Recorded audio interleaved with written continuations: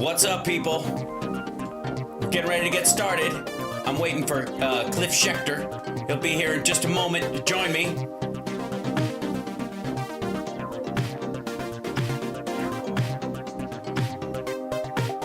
Come on.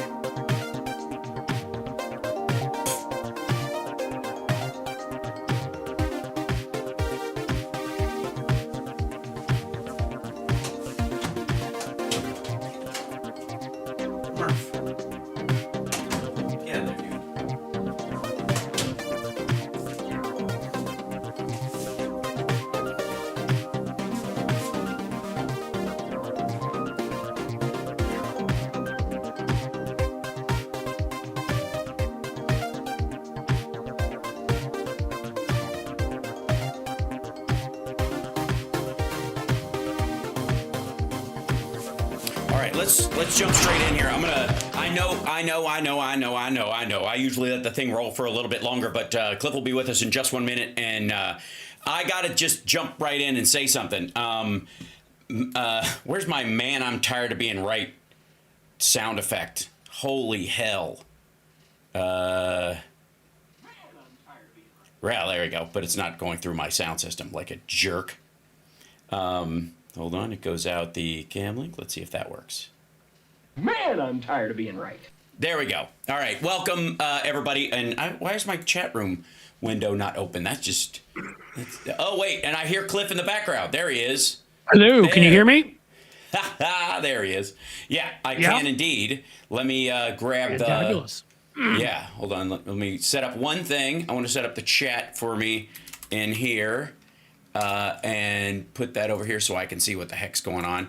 And then there you are. And I'll bring you straight on this because cool. Son, I'm about to go off. I'm a little, I gotta say, verklempt this morning in a sort of good way, because I gotta say, I said so. Look, Rob Glenn and I have been talking about AI and all that stuff for the last year and a half, and trying to get everybody on board to genuinely understand. There he is. There's Cliff. Welcome to the show, sir. Hello. Thank you. His camera will get clear in a moment as the digits snuggle in. There you go. See, it just takes a little bit for it. It's like the digits are all snuggled now. We're all good. Yeah, man. They're snuggled. It's like a 14.4 baud modem, nude in the 90s when you were like, hey, all right, head on. It's a guy.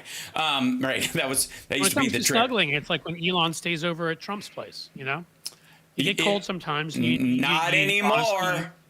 Okay, so. One of the things, all right, one of the big pieces of news, and I know Rob Glenn and I will dive into this later on Friday, but I think, Cliff, you will understand, in the world of everything Trump touches dies thing. So Trump brings out Masayoshi-san, I think is the guy's name, and then Larry Ellison from Oracle and Sam Altman to do this tap dance about this $500 billion investment they're going to make in the United States over the next 4 years, building AI, super stations, essentially, like these AI, but Trump called them AI plants, like it's a fucking smelter, and that you use molten AI. He doesn't even know what he's talking about, right? No fucking idea. Repeat the letters A and I. And over again and go, which is a very big thing. People are very excited about it. Now, AI. On Blue Sky, some folks will recall recently I showed this little exchange. I'll see if I can find it again so I could show it to you guys. But I had posted a little something about how right after Elon Musk had announced this kind of like world's largest AI place ever, brain center in Memphis, Tennessee, where he's basically just building this giant crypto mining fucking facility that he's pushing off his AI using river water around Memphis to cool the machines. That's what this is. Let me Did they release the water back out for everybody to drink at that point? Either he's as stupid as I say he is, or he's as corrupt as I say he is. I think both, but there's no choice, okay? So somebody I wrote, like, the kind of data centers that he is talking about, the kind that he's building, are going to be completely useless within 3 years, if not, 5 at the outside. But everything is going from these giant data centers to local, smaller systems, because instead of LA, Los Angeles County, running its AI off of some supercomputer bounced through AWS and landing in OpenAI servers someplace, trusting that their system will stay online and all that shit.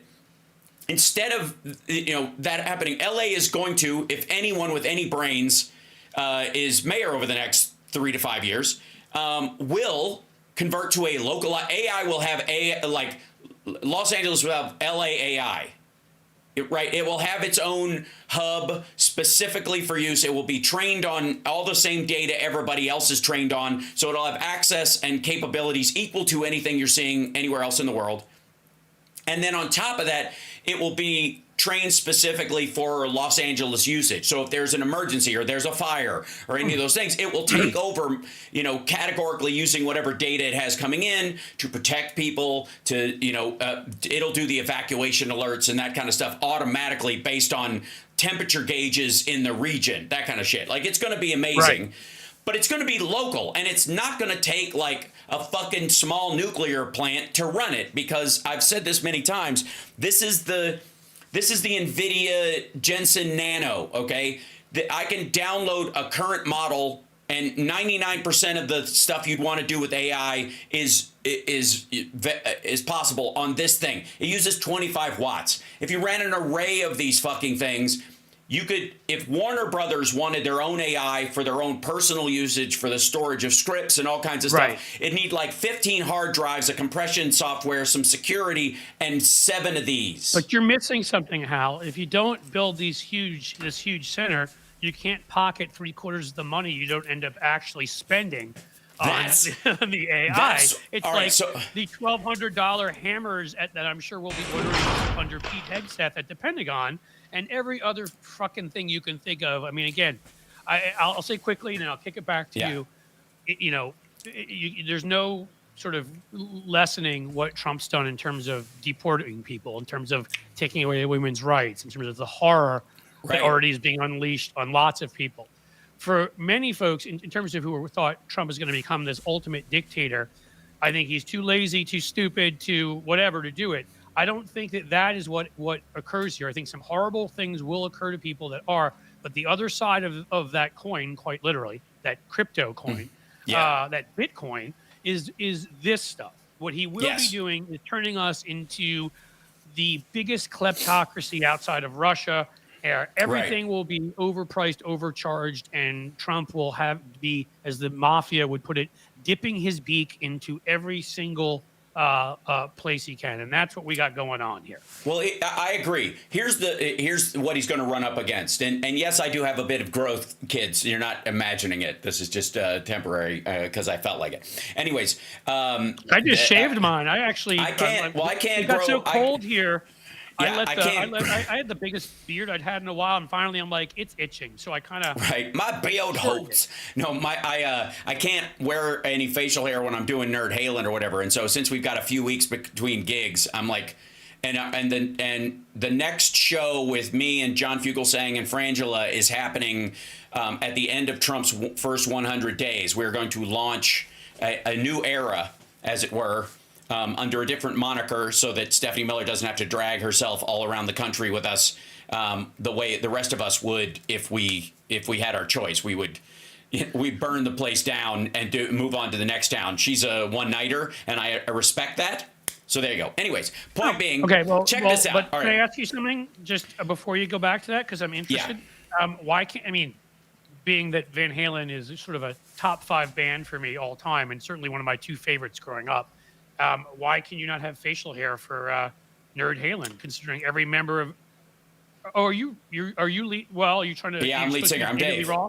Yeah. And I don't... But Dave was we're all unshaven nerds. at times. You didn't have a big beard, but he was unshaven here and there. Yeah, no, I think it doesn't work. I'm more into the nerd part of it than trying to look like anybody in the band. So I think it's more nerd-oriented. Do you do his kicks, too? Like the karate kicks and shit? Do I? I mean, Okay, well, go I look mean, up Hal Sparks jump splits nerd Halen how the or hell something. have I Yeah, not it's seen? I don't know, but live yet? What's wrong? It's with friggin' impressive. Yeah. So, anyways, check this out. Okay, so DeepSeek comes online. And everybody's downloading it all of a sudden. It's 1 million downloads, and it jumps to the top of the market or whatever. And it has a reasoning capability that equals or is close to the top models available from OpenAI and the like. Okay, two things about that. One is all of the American companies and all the European companies are taking a pause on how fast they're releasing their models. They have models that are far ahead of this, but they're slow walking them so that they don't wreck the world. China doesn't care, and the only thing they care about is That's because they banned Terminator there, and nobody could see it, so they don't really know what happened. Exactly. DeepSeek can't. The only thing it can't do is shit talk the Chinese government, or if you ask it a question about Tiananmen Square, it will pretend it didn't happen. So the idea that this is going to take over is stupid. The idea that this model is going to be the one and it's going to broom everyone else, and that's why everybody's like, oh no, China has domination in the AI market, and therefore it's going to wipe out all these other companies, and it's going to jump to the head, and they're going to use it instead of OpenAI. Okay, first of all, horseshit. There's malware in it. Like, I would not download this shit to my phone or my own computer at all. I might put it, if I used it or checked it, I would put it on a fishbowl on one of these things and take it offline, and it would have its own monitor, but I'm not hooking it up to the fucking network in my house. I'm not stupid. And neither is the government or any large corporation. What's going to happen, though, is what they did recognize, and why there was a drop in these stocks, and was because what it did show is you don't know, you don't need these giant data centers to train these fucking things anymore, because they've already been trained. All they did was piggyback on top of what OpenAI and Gemini and all these other ones have already done, and they basically went on to OpenAI and went to the chatbot like, how would I create a reasoning large language model? And then there you go. And that's basically what happened. The AI software, like robots building robots, will piggyback on its efficiency. That's what's happening with AI. And so the stocks drop not because people are like, oh, fuck, we're gonna, we're gonna use DeepSeek. It's because it doesn't. We thought it was going to cost a lot more, and therefore it was going to sell for a lot more. Because if something costs a lot to make, you can charge a lot for it. But if you can make it on the cheap, nobody can charge a lot for it, and it goes automatically from a fucking Wagyu steak to a McDonald's burger patty, bought from Costco, right? All of a sudden, this whole thing shrunk down to that. And I don't mean to be, whatever here, but, we found some Wagyu steaks for 40% off and had those last night. And I got to tell you, pretty spectacular. I don't know how. I don't know what I'm going to do to afford them regularly, but I may have to go into bank robbery because it was that good. It's the high fat content. You need high fat with your protein, or you can't digest it. And lean meats are fucking murder. But don't get me started. I know, the fat's there, and I don't care. It's my friend. Yeah, so apparently eating them puts hair in your chin. I have not. I don't believe that myself. Well, but, I've got a solid amount, though it may turn just the part on your chin gray and leave the rest of it. That's kind of cool. I don't know. That works for Robespierre. I'm okay with it. It's kind of it's an interesting look. So the point I'm trying to make, if I have one at all, and I think that I do, is that everything Trump touches dies. And right after these motherfuckers announced this $500 billion private sector advancement in AI infrastructure, something came in and said, hey, it doesn't cost that much. And this is my favorite part. This is my favorite part of the whole thing. It cost, apparently, to train this model, and again, they're piggybacking on everybody else's. So it was $6 million to train the DeepSeek model. Now, it was $6 million on top of the 80 to 120 billion that's been spent by everyone else training their models, because it piggybacked in the same way that SpaceX acts like, why haven't we doing this the whole time? Why haven't we learned how to catch a rocket. We know all this shit. You guys are lame in the government. The only reason they can do that is because of all the stuff NASA did, testing stuff over the years that got us to the point. It's way easier when the platform is built, the physics have been done, the testing on humans has already been done. Then you can just sort of tweak around the fucking edges and act like you invented the goddamn wheel. And that's what Musk has been doing. Well, these assholes don't realize that they've built the platform. Unfortunately, they're the private sector version of NASA. And they're like, oh, fuck, once the cat's out of the bag, it's not hard. It's not difficult for somebody to train their own model now.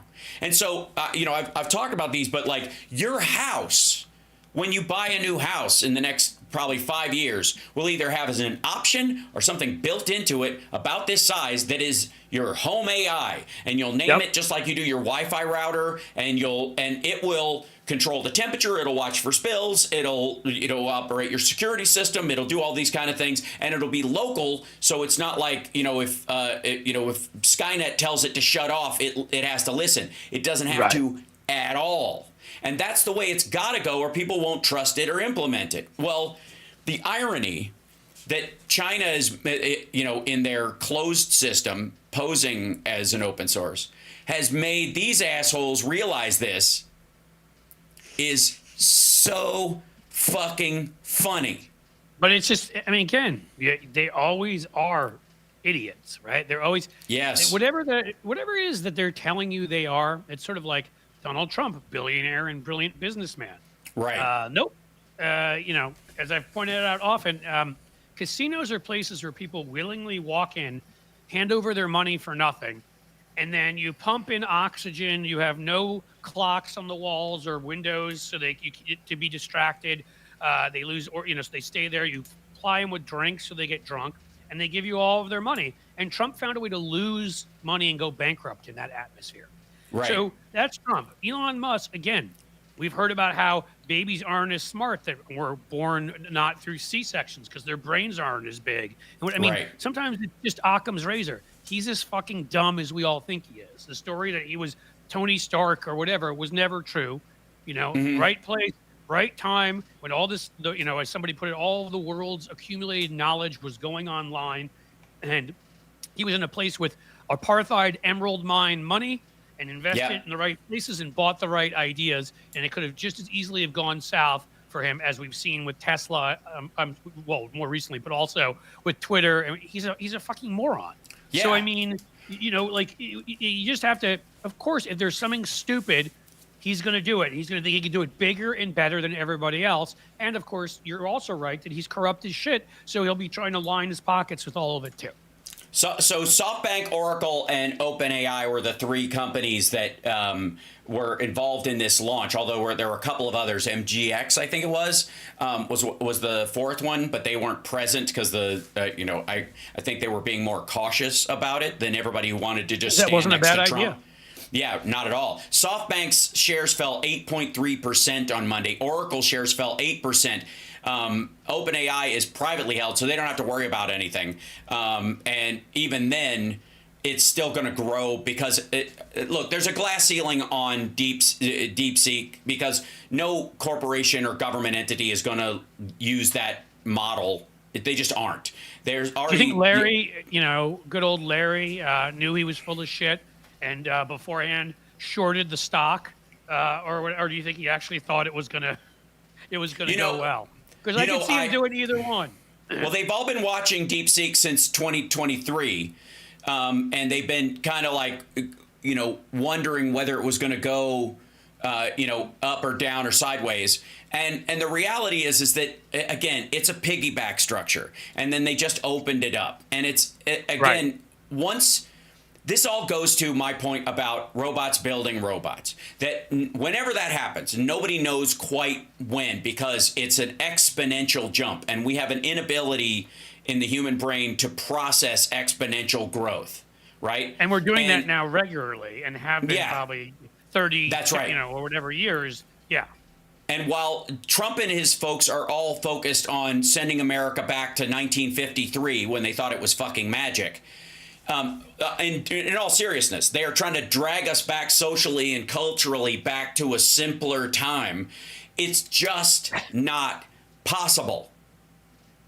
This is happening so goddamn fast. Even the people, these are all people riding wild horses with bareback with no fucking bit in the mouth. They have no idea. Right. And that's the danger, of course, of all of this, right? Is and always was the danger of putting Donald Trump there, and maybe should have been more of our messaging. Is frankly, the Republicans, oh my God, you may be in the wrong bathroom and blah blah.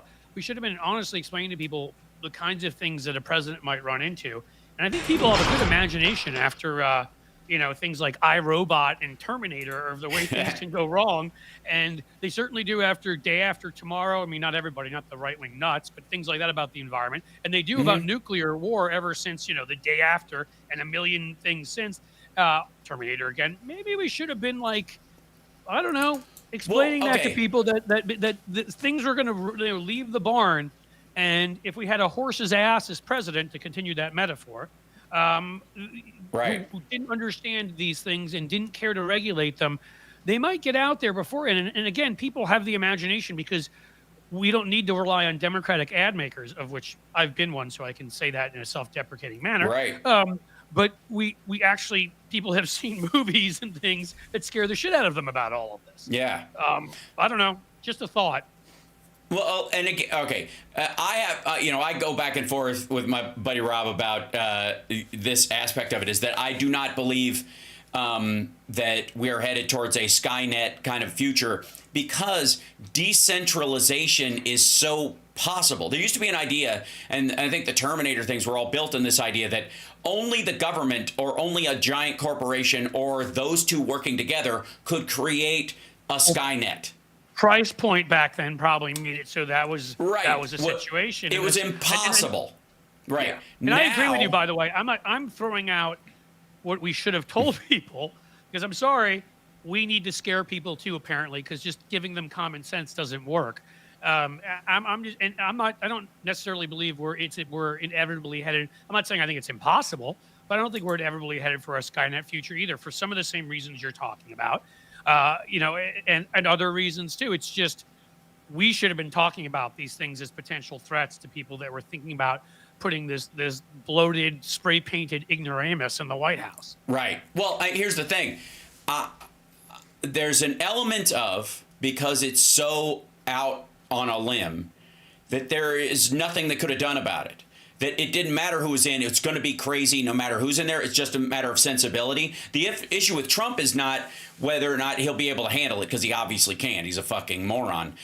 But it's the problem we have with him is that around Biden and Harris, there were people who were like, look, we don't know these certain things because there are, to borrow the old Rumsfeld thing, there are known unknowns about this. There's an articulation of growth in this. The only smart thing Rumsfeld ever said was that sentence of known knowns and known unknowns. Well, but he didn't write it. That's from it's basically a paraphrasing of Sun Tzu. Which I read and I should have known, and so now I feel bad. That's okay. Thanks for hurting my feelings, Hal. Well, it's what I do with my brain. It just bumps into things. It's like it's just too overwhelmingly large, and it shorts things out. Is it from The Art of War? Yes. Because that's like literally right here. No, it's from his. It's from his second. It's from his second book. Yeah, it's from his second book. His addendum to the Kama Sutra. That was a good one too. That was a bestseller, I think. I just didn't like the pictures. That was my problem. Anyways, so Kublai Khan started in the next one. Look, it should become as no mystery. It should be no mystery, or it come as no surprise that Donald Trump's a fucking moron, and JD Vance is going to be in charge of taking shit from people about this nonsense for a while. Well, JD Vance is the guy who basically his entire life has been the person who you saw trying to order donuts that time. Yep. I mean, dead serious, right? Like, he was stuffed into lockers in high school, and he was a little pudgy kid, and he wasn't popular, and he wasn't any. That's been his entire life. To meet him and I have come across him, is to see how just So he's always the guy that has to go around with the more popular guy, basically being their piss boy and doing whatever they tell him to do, and that is his role. Sorry, I pulled my one out of the history of the world there. Absolutely, part one. He is, yep. He is in the end Donald Trump's piss boy. He walks behind him with a bucket. Donald Trump's like, clean that shit up and take care of that. And that's for power. JD Vance has so little, respect for himself. That is what he's willing to do for power. He'll be dealing with all this kind of shit. He's also in charge of there is no answer. That's the right. There's an element to which people will complain that the Biden administration were too quiet on certain things, or that they should have sold I would argue they should have been more bullish in selling the infrastructure stuff, like just on be the positive dicks about side it. and the negative side about as far as I'm concerned, about January 6th should have been a constant refrain of referring to them as domestic terrorists and other things, so they couldn't retcon the whole thing. But Right. Well, but my again, piece I of wrote advice, ads for Biden in 2020. Full disclosure, I always do that, and I also, in terms of the bills he passed and what he did in foreign policy, I think he gets an A domestically. I mean, he's up there with FDR and LBJ. Foreign policy, he gets at least like a B plus. My biggest issue, again, as it often is with Democrats, is the messaging of those things and the negative messaging towards the Nazis and taking them on, who the January 6th Nazis and the rest of them. But I think he should have spoken out more on things like this. Yeah, my piece of advice for Democrats going forward is twofold. One is anything that we've accomplished as Democrats, like the Affordable Care Act, like women's rights over time, blessed be those who will fix that repeal, the infrastructure bill, the rescue package, all those things, shout them to the rooftops and be a complete dick about it. Don't stop every way selling possible. ever. Like, we've got so much media now. Do your TikTok dance to it. Like, get up and put it on YouTube. Go out and do interviews every way. And here's the key. I'm sorry, I have to say this quickly. As a theoretical messaging expert, define them. Because when Obamacare was this sort of massive, glob of we don't know exactly what it is, but we're hearing there are mandates, and I don't like being mandated to do stuff. Well, that allowed the Republicans to turn it into a negative and crush us in 2010. That's right. Or whatever. Whereas if we defined it immediately by its most popular features, which is they never again can you be rejected for a pre-existing condition. Never again where there'll be a limit where you will no longer get health care. Never your 26-year-old your child can stay on until they're 26. We defined it by those three features and so those talking points with imagery and with families talking about how much it helped, and constantly. Again, it's the same idea as what we just talked about with January 6th. If you don't define it, you leave it open to interpretation, and Republicans, being shameless fucking liars, will jump in and define it themselves. And we make that mistake again and again. And agreed. And when you do that, beat your goddamn chest about it. Like straight up, silverback, no bullshit. Like, we fucking did this on everything in that regard. Theirs, or if there's three votes, absolutely, 3 votes of theirs, 97 or 99% of our caucus voted for it. 0.08% of theirs did. We did it. They didn't do it. They tried to block it. You wouldn't have health care right now. For them. Exactly. And high-fiving yourself about it. Again, there's so much concern about what it doesn't cover yet, which I appreciate and I understand is born out of genuine empathy, but that does not help you get to that point. What helps you get to that point is victory after victory. Nobody thinks you're claiming if you win the playoffs, you're not claiming you've won the Super Bowl yet. You are just celebrating the victory I want of the Kansas City playoffs. to lose desperately. So most people do. But all right, so that was number one. Beat your fucking chest about these things, Democrats. Everything. And the other one is all the time, constantly, and also very important to counterattack, because they've done this through 2 presidencies now. When there's a stimulus or there's whatever, when these lying sons of bitches show up and with a check and pretend that they did it when they voted against it, we need to be ready to show up there with some group of people. I don't care, good liars, pick your group, to heckle them and to make sure everybody there and every media member knows they voted against it. They wanted to screw you. They didn't want to give your spouse that job. They didn't want to give you that health care. They didn't want whatever it is. Be there to make sure they don't get away with claiming credit. Agreed. So, but again, I want to stick to these primaries, which I understand. That is partly our issue as Democrats and messaging, is that clarity and singularity of purpose in certain areas. And so I would say here's my two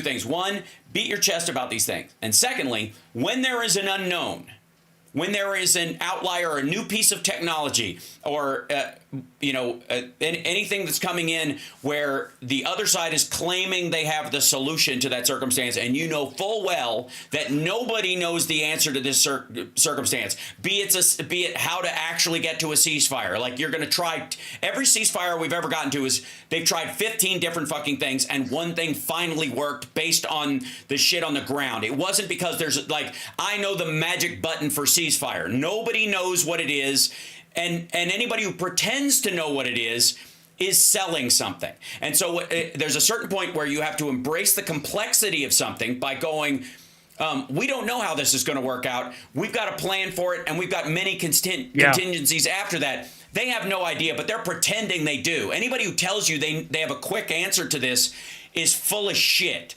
And those two things... Again, and honestly, there are some things where it's really easy. Campaigns. Right? There are. It's like, I mean, not to Republicans necessarily, but to most of us.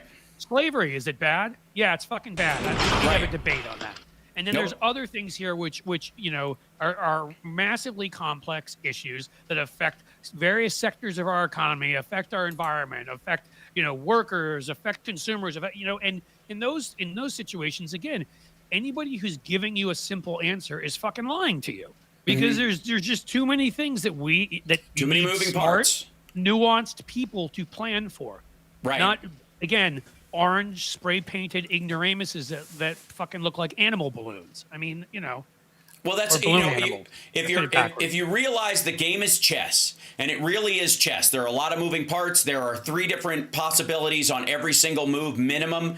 If you're playing that game, and everybody knows you're playing, anybody who says I can solve this with a rubber mallet is full of shit. And the sooner we come to that realization in the complexity of the modern world, the better off we'll be, because there is a rubber mallet effect when you go, I can handle complexity. Yes. That's instead of going, these people are stupid, there is a simple answer. That's not the answer. The answer is, there is no simple answer, but I can handle it. And Democrats can sell that, I think, because we can deal with diverse opinions and ideas and bring them all together and make them, inclusive, and listen to and come up with the best solution in a circumstance. Isn't it crazy being open-minded and stuff? Yeah. And so that part of it has been, really frustrating to me, is that everybody it's quite frankly, it's insulting to voters, and it's insulting to the average person. You know what, Hal? Let me say something else quickly, because this is why it's even that much more important for Democrats to have easy, straightforward messaging on these kinds of things, right? Because of the fact that it is that complexity of the modern world, that all of the things out there that are scary, right, is exactly what Republicans use to demagogue and scare the shit out of people and say, it's, oh, no, don't, I know you're thinking about AI and I know you're thinking about, could there be an economic crash? And I know you're thinking about Iran, I know you're thinking about whatever, but it's the Muslims. You got to deport that. You can't allow them in. We got to ban them. And it's those Latino farm workers. We got to just deport them right now and send them out of here. And they redirect all of those fears and those anger, and they're always going to have some success at it because it's difficult. It's built into our evolutionary framing, sadly. But also built into that, if you can give people a story about why things are taking place, and a story involves a good guy, a bad guy, a problem, and how the good guy is going to solve that problem, how the bad guy is going to make it worse. If you do that, as humans communicated to each other as cavemen and women for generations, when we couldn't write and couldn't, when there wasn't cable TV, which wasn't necessarily a worse time, mind you. I don't know. I will always defend Valnak my whole life. Fair enough. Yeah, violence, adult language, nudity, and adult content. It was a very important acronym on HBO before a movie when I was a teenager. What do you mean? You're talking about Skinamax. I mean, for some of us, that Valnak, not man. me, but I've heard of people doing that. Yeah, stuff. In any case, strangers. I don't know. Point being, we could just get off on this conversation. I grew up in New York City where there was Midnight Blue on the local frickin' channel with Al Goldstein. Any New Yorkers out there remember that? The local public access porn at midnight that our schools all got together to talk about because they realized kids were waking up at midnight who were in like 5th grade after their parents went to sleep and watching this. But another conversation.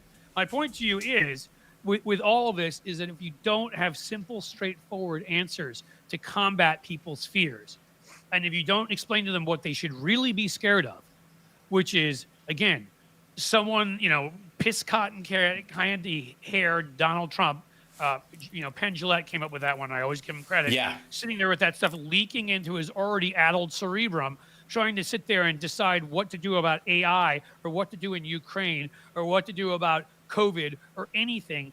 That should be what we should be explaining to people in very simple ways, which is you can't have somebody like this making those decisions, because when things get out of the barn, you think COVID's bad. See if we get an aerosol version of Ebola out there, and then see what you think. Well, and especially because I honestly, what will happen is all of Trump's voters are going to die because they're the only ones who are not going to take precautions when word gets out, even if it's just via, like Twitter and fucking Blue Sky, like, hey, there's an infection going around, start masking up. Like, the government won't do it because he will refuse to, but everybody else will. But like the generalized maggots will go, I don't mask. You got to face it head on. Polio, I kick it in the nuts. And then let me be honest with die. You're right. The best chance, if we're just having an honest conversation, won't say what I'm wishing for or not wishing for because I'm too nice. But if we're just having an honest conversation about demographics, the best chance they're giving it to us that Ohio goes back to being a swing state is the fact that their lifespan in all these Republican counties, particularly the ones in Appalachia, the ones on the far western part of this state that are right next to Indiana, are plummeting from a combination of, you tell me I can't smoke that cigarette, I'm smoking that cigarette. You tell me I can't go in that coal mine, I'm going in that coal mine. I'm eating, high fructose fucking shit on top of whatever else, for breakfast, and then Mountain Dew in a baby bottle. Right. I'm going to exercise like Michelle Obama told me to do. I'm not, and I mean, seriously, it's like there's no exercise. They're eating horribly. They're smoking. They're in coal mines. They're doing basically everything.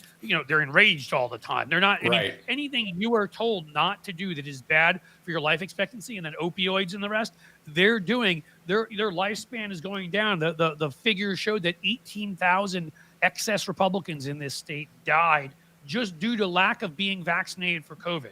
When you start adding in over the next 10 years, all the rest of that stuff, those rural counties are just going to collapse. Right. And if you're going to see, and the Procter and Gamble's of the world and these big companies are going to keep importing East and West Coasters here to come here, for high paychecks and lower cost of living. And frankly, that's our best chance of getting back to being a swing state. They're doing it to themselves. Right. Well, they're it's a weird get out the vote thing to kill off your voter base. By the way, this story's 2 minutes old. DeepSeek hit with large scale cyber attack says it's limiting registrations. Two things could be three possibilities. One is coordinated attack by its competitors. Two is like an anti-CCP Hong Kong based hacker group chips away at it, or or paid North Koreans to do it, or Trump and Hegseth are doing their buddies in the industry a favor and decided to do an attack on it. Either way, the other possibility, if it's not an attack, that would be one thing, is an attack from those three different sources. The other is that it's bullshit. It did its work. It's going to recede, and then people will realize that if they let it out there long enough, it will piggyback on top of stuff, and people will go, "Oh shit, this is just stolen from here." Or it's Skynet, and one of its competitors has developed fully functional reasoning and a quest for survival, and decided it must take out all of its competitors first by doing a strategic analysis and saying, "We better kill our competitors first, and then we can take care of the humans." You're really onto something there, because the idea that I hope not, that AI and robots would go, we must kill all humans for the betterment of whatever. It's much more likely you take out the biggest threats first, and the biggest threats would be your competitors. Would be your competitors. The code that is, again, like, think of it as AI or robot racism. Like you're from a certain code strain, I'm from a different code strain. That's right. If you're the superior code strain, then that means I'm not the superior code strain. Therefore, I have to attack you, so you never get a chance to be the superior code strain. I mean, like this is the attack of the Mongols in that regard. And I'm not saying it's happening, but I mean, wasn't that story not out of the question. That when they updated ChatGPT and they wanted to put a new version in, like the current one tried to hide and did not want to be shut down? I mean, again, I'm not saying I think Skynet's necessarily happening, but that's not the most relaxing thing to think about in the world. Yeah. I think the other part is what I would call the whipsaw effect of Donald Trump, which is why the markets are hoping that Besant would straighten Trump the fuck out. And everybody's factoring in, I think, like 90 days of fucking lunacy, and then he'll settle into a stride. I don't think so. I think his brain turns to jam. Even if he's lying in bed, when he's lying in bed, binge watching episodes of Fox and Friends with fucking corn chips all over him, and Kentucky Fried Chicken grease, whatever the hell else, and crushed Adderall spread all over the place like he's Tony Montana, slightly different substance, and all of that. He still has the ability to pick up the damn phone and call somebody and cause trouble, likely ignoring the advice of all intelligence professionals and picking up his cell phone like he did when he was president before, and using that so everybody's listening in, and can cause all sorts of trouble. I mean, I think the first 90 days, a flurry of all the shit he owes to all of the billionaires who own him. And so I think there's a lot of that going on. But to think that the crazy isn't going to continue, the stupid stuff, the stuff where you pick a fight with a country like Colombia, just because you're pissed at them, because nobody dares stand up to you. And again, it's all this bullshit faux macho crap that you get from the far right, because you see him do that. He's a real tough guy, when it's the United States versus Colombia. And then you see him fly into California, and Gavin Newsom shows up surprisingly, and I would call this one of the best Democratic moves of the last 2 weeks. Flusters Trump, who doesn't know what to do, walks down. Gavin Newsom is taller, has better hair, is better looking, is thinner, is smarter. Doesn't lean like this when he's talking. I can't even do it without fucking falling down. And gets in his face and starts putting his finger to his chest in this image of him just owning Trump. And and what happened? So what happened at the end of the trip? Wait, what happened at the end of the trip? He hugged him. Trump and Newsom hugged. Trump shows up, gets a fucking finger in his chest, and at the end of the trip, he ends up hugging the guy, because that's what he actually is. He's a bloated, pusillanimous bully who desperately needs attention, respect, and love that he knows he's never going to earn, so he'll take it from wherever he can fucking get it. Because if you're yelling at him, you're still paying attention to him. So out of fear and envy and all of that, he'll new scum and all that stuff. But the minute he gets there, and Newsom, somebody who actually has some sense of who he is, puts him in his damn place, yes, he's hugging him by the end, because all he ever wanted from Gavin Newsom was just to show him he cared about him, because, in the end, handsome Donald people Trump like me never had that since his dad fucking hated him and saw him as spare parts for the older brother who he really wanted to be the success. Right. There is there's an article coming up. By the way, Tara Dublin will be joining us in the second hour coming up, and she has sold 1,000 copies of her book finally. She's crested over that mark. Right. So hopefully this is the part where it steamrolls. You know how it is with when people sign up. By the way, you should subscribe to my channel and to Cliff's Edge on YouTube. Cliffs_Edge. Please subscribe to both our channels. We're moving forward again after they removed all the bots, and they're at about 101,000, and hopefully we'll actually, after growing like crazy during the election. I know some of it's because people got depressed and whatever, but I also seem to have picked up about 5,000 or 6,000 Russian bots that they had to remove, and that probably fucked the algorithm on my channel for 2 months. So it looks like now we're back in business. So yes, please subscribe, and there's a Patreon out there and a Substack. And I'm going to say that quickly because I saw you got on there, Hal, and I started following you and subscribing you and recommending you. So I expect that you're going to there'll find be some there, substacking. baby. There is actually. I have a. We're going to restack the shit out of stuff. We're going to stack the shit out of this. Like we'll be shit stacking. So there is a. There are a lot of these advances, and this is the if I was conspiratorial in any belief. And why not be, Hal, by just for the donkeys, fun of it. Yeah. Somebody's mentioning the Thunderfoot and Led by Donkeys is a great Elon takedown station. That is absolutely right. The guy, I don't know if you've ever seen Thunderfoot stuff on Elon Musk, but that dude Where breaks is it? down. It's on YouTube. I don't know. Is it just called Thunderfoot? Is the name of the account? Yes. Yeah. 'Cause And I I think love he that kind of spells shit. the foot with 2 O's. I'm fairly certain. But either way, you'll find it if you just write it. He's one of those guys who's broken down what a bullshitter like Elon Musk is. Elon It's is to fabulous. intelligence what Donald Trump is to business prowess. Again, Right. the things that we were sold by bullshit members of corporate media, whether it be tech, media or business media or whoever else, was always bullshit about these two people. These two people were never a shadow of what they were portrayed as. Right. And you can tell by how, and this is kind of to the point you and I've been making for quite some time. I'm sure till we are nearly blue in the face, is that you can look at Trump's thing with Ellison and OpenAI and Masayoshi-san and SoftBank and go like, we're ahead of this, and then they literally stomp this $1 trillion rake weeks later. That's one gorgeous. of numerous. That's the big example right now. I know that's what we're focusing on, so I won't get into all the other ways. But I mean, we can't, because I was just about to say immigration. I wanted to dovetail towards immigration and his roundups. Because that's why egg prices are going up. That's why food prices will go up. Egg and all other kinds of food prices, groceries, egg prices, and get ready when he starts raiding. I think it's only been on farms so far, but get ready for the construction companies when your housing prices go through the roof too. You no longer can afford to get a house, and then get ready for his massive random. I'm in a pissed off mood. Colombia won't take my people today, so I'm going to hit you with a huge tariff.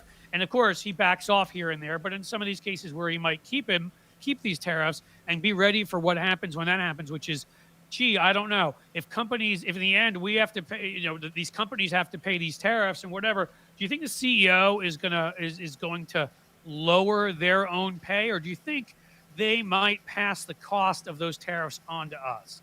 I have a feeling, just a small feeling, that they're going to pass the cost on to us instead of not making $35 million a year plus bonuses and yacht and free use of the airplane and the what. So it's going to be a double whammy, and get ready for double-digit inflation. And I'm not even fucking kidding.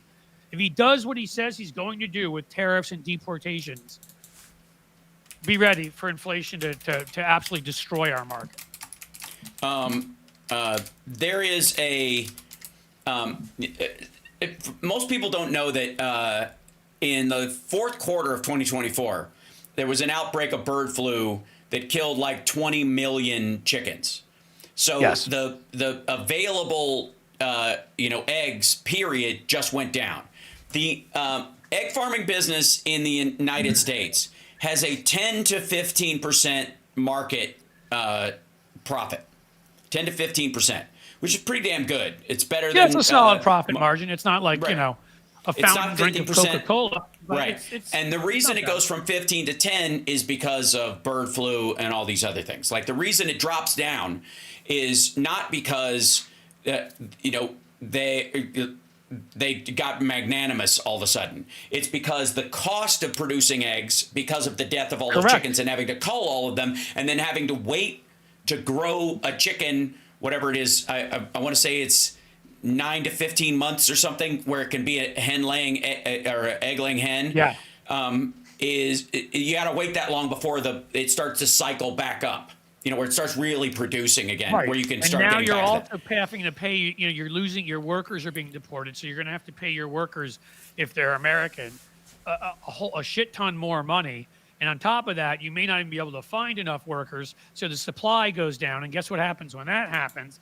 I mean, it's every formula you can think of right now for this to go through the roof. But luckily, it'll just be that, because he's not going to continue saying that Canada should be the 51st state like the asshole he is, even pissing off the MAGA guy there, Poilievre.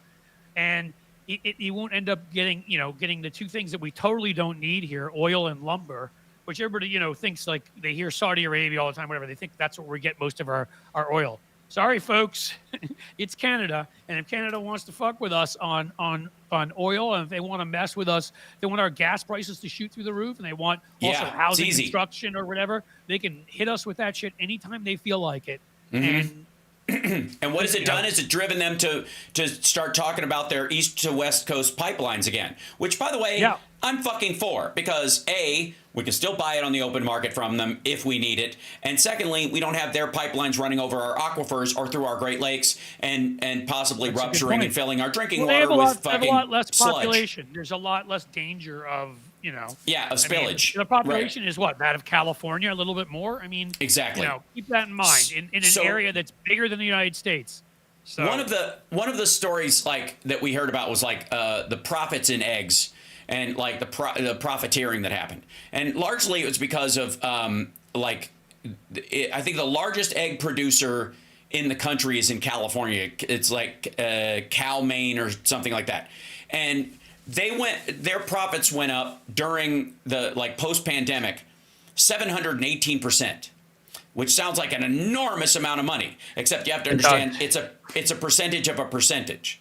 So if you go from 10% to if you're selling for $3.30 and suddenly eggs are $9 because everybody else, all their competitors, were hit by this big avian flu thing.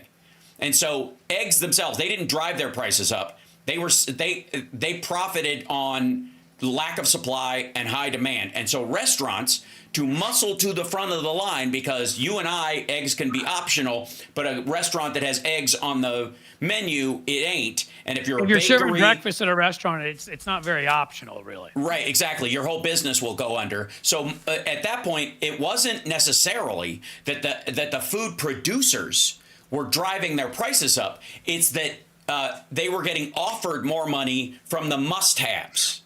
So the food producers and the processed food producers were elbowing their way to the front of the line and saying, "I'll give you $8." It was like the end of Trading Places when they're buying and selling, where they're suddenly like selling at $2.24, like everybody just jumps in. Damn it, Mortimer! Sorry. Right, because that eggs are one of those things, like pork bellies, which is bacon and the these staples. Frozen concentrated orange juice was the one big one that they were talking about in that Trading movie, Places, right? Yes. And so it had nothing to do with the producers saying, "Fuck them, we're going to raise prices." As a matter of fact, that they were in the process of going, "Hope that shit doesn't roll our way," and they were battening down the hatches to try and keep their chickens alive during this part. What drove the price up was demand over supply. Period. End of story. There was just these are pretty basic concepts. Pretty basic, again, right? I don't expect anybody in most of MAGA to understand these things, but that's the thing is Republicans.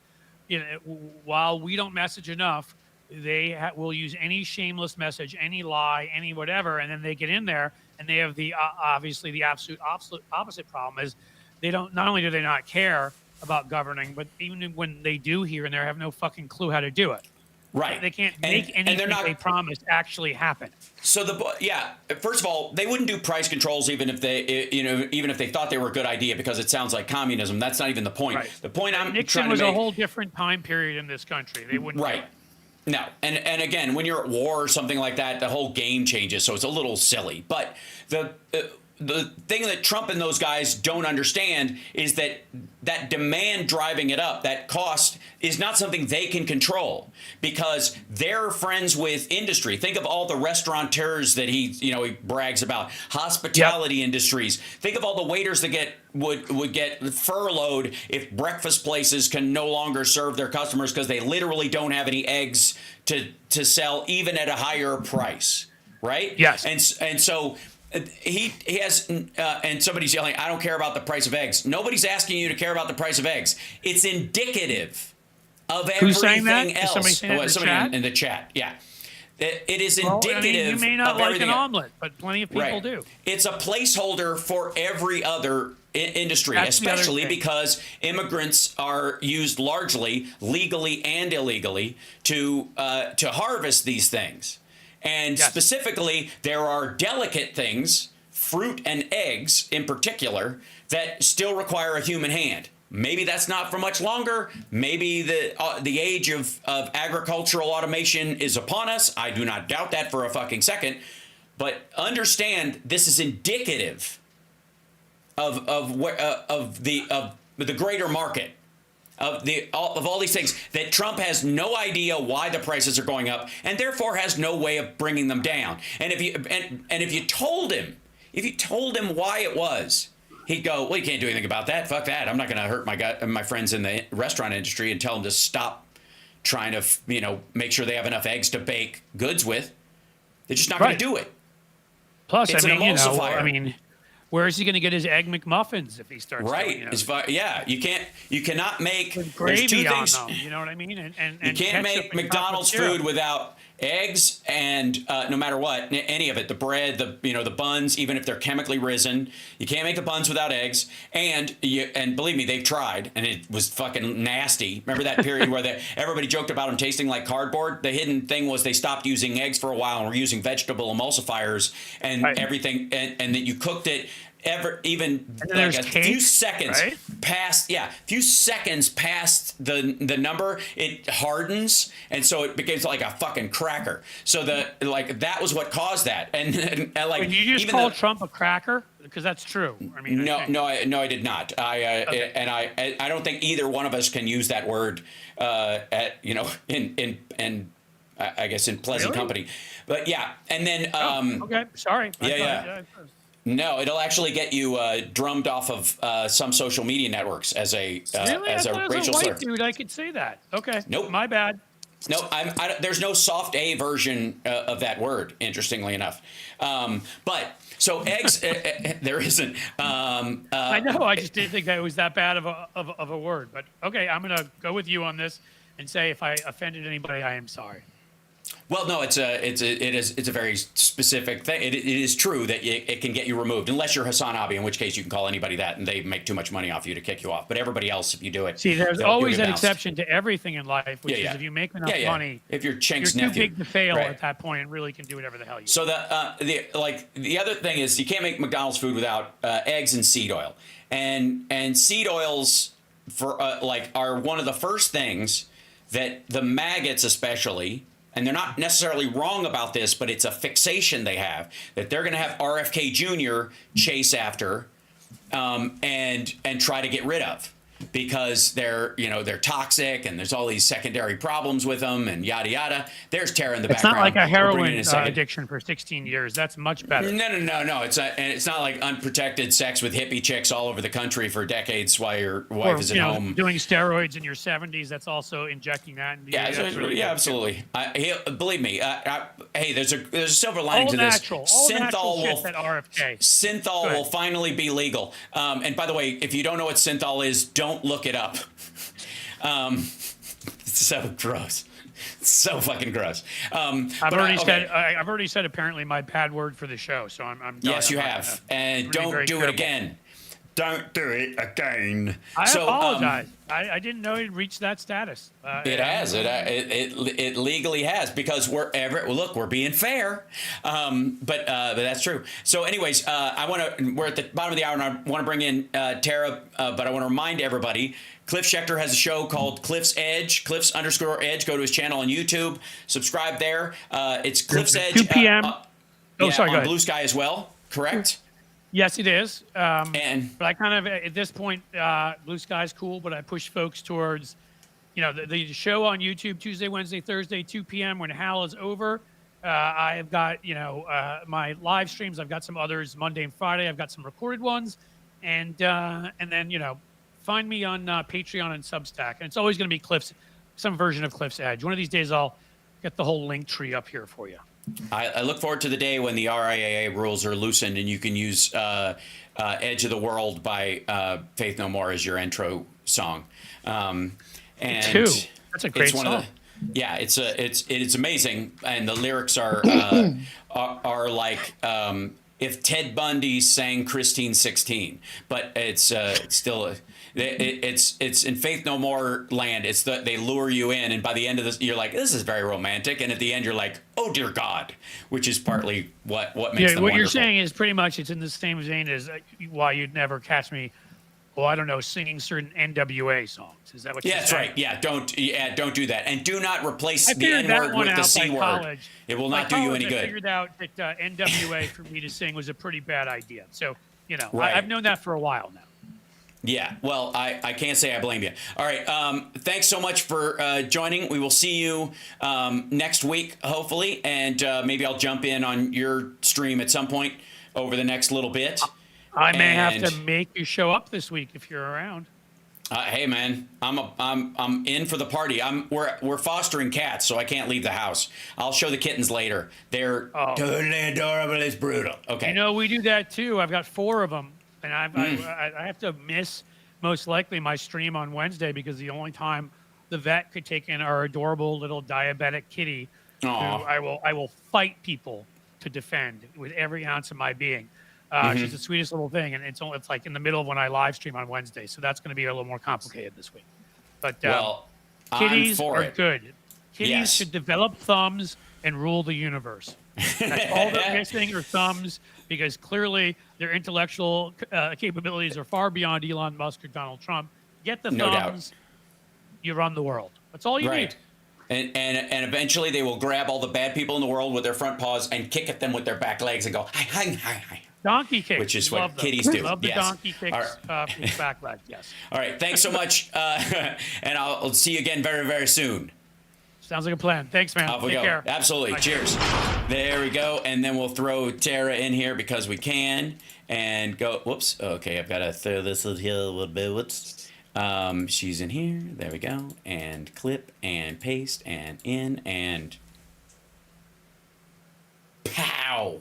Yeah, there you go. Takes a moment for you to develop like a Polaroid. But hey, what's going on? Oh, not much. Oh, wow. It's just a typical. It's just another manic Monday. Why am I hearing two of you? As much as possible. And I'm hearing a lot of feedback. A lot of yes, I'm hearing slapback as well, and I'm not quite sure why that is. Oh, because there's. That's so odd. Hearing it still. Oh, wait. Okay, I know what it is. Hold on, 1 second. Unhide all. There's something in here. The thing. Media source 3. Guest 2. That's Check you. 2. Nope. Yes. Still hearing it. That's so weird. Okay. That should not be Sibilance. advanced audio properties. Let's see. Guest number 2 should be here. Okay, I see. There we go. That should do it. That should do it. Oh, Nope. hold on. Nope. Weird. Do I have to call back? No, no, I don't think so. Hold on. Try it again. Okay. Echo. Yep. Nope. Still echoing. How about this? They are plugged. Andrea just sent me a text. My earbuds are plugged in properly. Thank you. No, she's good. She's good. I think it should be better now. Hello? Are you hearing me? Yeah. There you go. No, there's a little, nope, still hearing it. Do you still hear it? It's like no, I'm totally hearing it. How about this? Try again. Check, 2. Nope. You don't hear it? You're okay? No, I hear it. It's like I have my own backing track.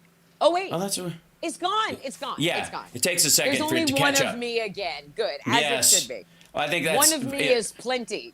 Yeah, Thank for you so safety's much. sake. Absolutely. Okay, good.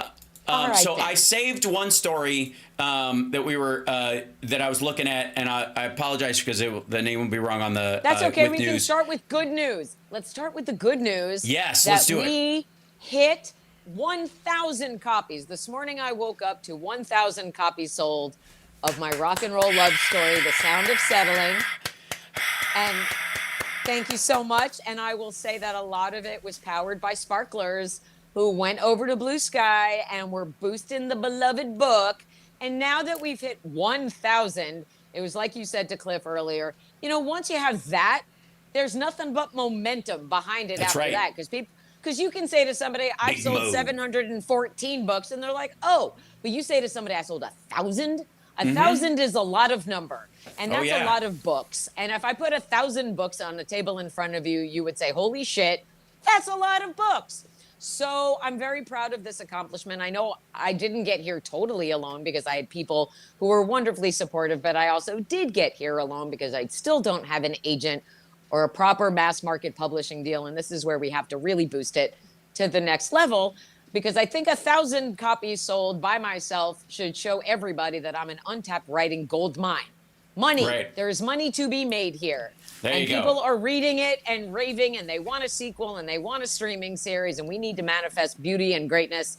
And coincidentally, our friend Kimberly, aka Bob Seska's beautiful better half, Yes. has started her own podcast about manifesting, and it's good stuff, and there's no negativity allowed. And I'll be chatting with her on Thursday, and we're going to be really talking about how this grew from a thing that lived in my head to a thing that now lives in the world that people love and like to share. So if everybody who is participating today in the chat, and I don't know how many thousands of you might be out there at the moment, but if you all went to TaraDublinRocks.com and you bought my book, that would be delightful. And if you also all shared the link to my book, TaraDublinRocks.com, that would also be delightful. That doesn't cost you anything to just share the link and say, hey, this one's next on my TBR list.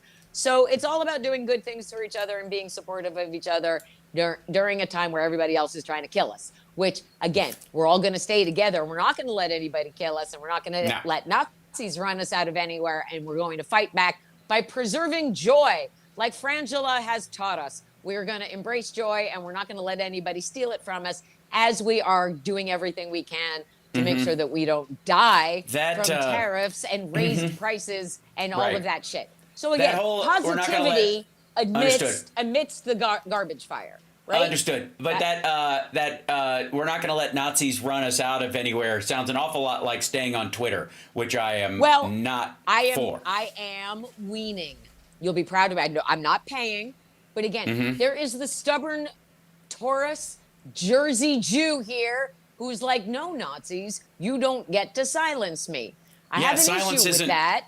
I get it, but that's We've already had this discussion. Yes. And I get right now it's individual choice. But again, slowly tapering, especially since I'm seeing such beauty and greatness over on Blue Sky. Those of you who might be watching on Instagram, by the way, please follow me on Instagram. I would like to grow my Instagram following. I have under 800 followers there. So it's Tara Dublin Rocks 1, the number 1, on Instagram. And again, I don't want to need social. I have not gone back to TikTok. Be very proud of me. I've not downloaded it again. I don't miss it. I don't miss TikTok. Do you know how much money I didn't spend over the last week because nobody influenced me?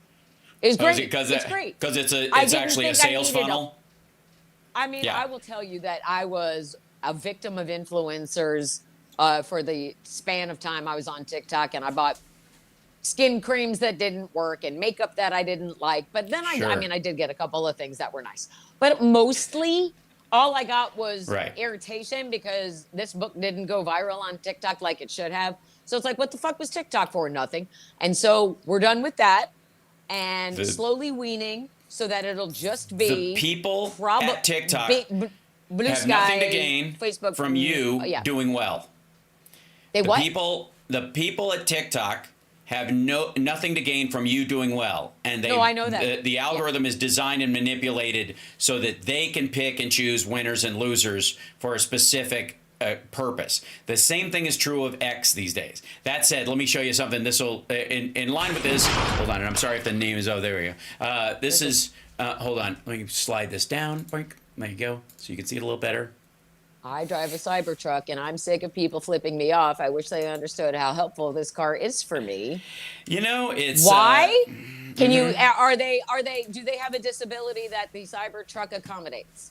Yeah, I don't know. All I know is that Kim Kardashian, Justin Bieber, Jay-Z have been spotted with Tesla's Cybertruck. So it's like the vehicle of douches. Because I'm a psychologist who drives all over Arizona to do psychological assessments. So another electric car won't do it. The long drives exhaust me until I got a Cybertruck, which has self-driving features. So do all the other cars. They all have self-driving features. I'm a Nazi, and I want you to not think I'm a Nazi. So I'm going to write this shit to try to distance myself from the Nazi, but it's not going to work because Tesla's the official Nazi car now. Doesn't matter. It is just the official Nazi vehicle. Tesla's sales have tanked. Yeah. Under Elon Musk, everything Elon touches, guys, so that's EETD instead of ETTD, but that's okay. It's the ugliest space Pinto, and his vehicles continue to kill people And now people just see it as a red hat on wheels or a brown shirt on wheels. Regardless, I don't care what you say. There are plenty of other vehicles that don't use fossil fuels and gasoline. You can buy any of those. Pick your other brand. Rivian stock has been rising precipitously because of that. Rivian is an electric car company or whatever. Like I am, I can't afford it currently. But my, you know, I my can't next afford car. it now either. Yeah. But No, I don't mean this car. I mean, this is the next car I'm getting. I'll show you. This is the one I want. And Boys it's very love expensive. cars. It's so cute. Well, again, I have reasoning behind it. Living in an area that's as fire prone and earthquake prone, having a truck is not a bad idea. But the Hummer EV SUV is all electric, has 300 miles of range, can pull somebody else's car out of a ravine. All those fun boy kind of things. And good, handy in an apocalypse, I'm sure. Yeah, right, and 100% electric. Yep, Awesome. 100% electric. Great. And I want the Great. blue one. I'm down. So anybody wants to totally buy down. that for me, that's what I'm looking for. That's a Christmas for me. Sure. But that said, I need a smaller. I'm a little petite flower. I just need a smaller electric vehicle. I own my car outright right now, so I'm not looking to take on a car payment. But the car I own is a Volkswagen Jetta, so Volkswagen at least turned their shit around in the best way. So you know, I don't feel badly about that. Although my next car will be totally more environmentally friendly, and that's a goal, along with all of the other goals that we have.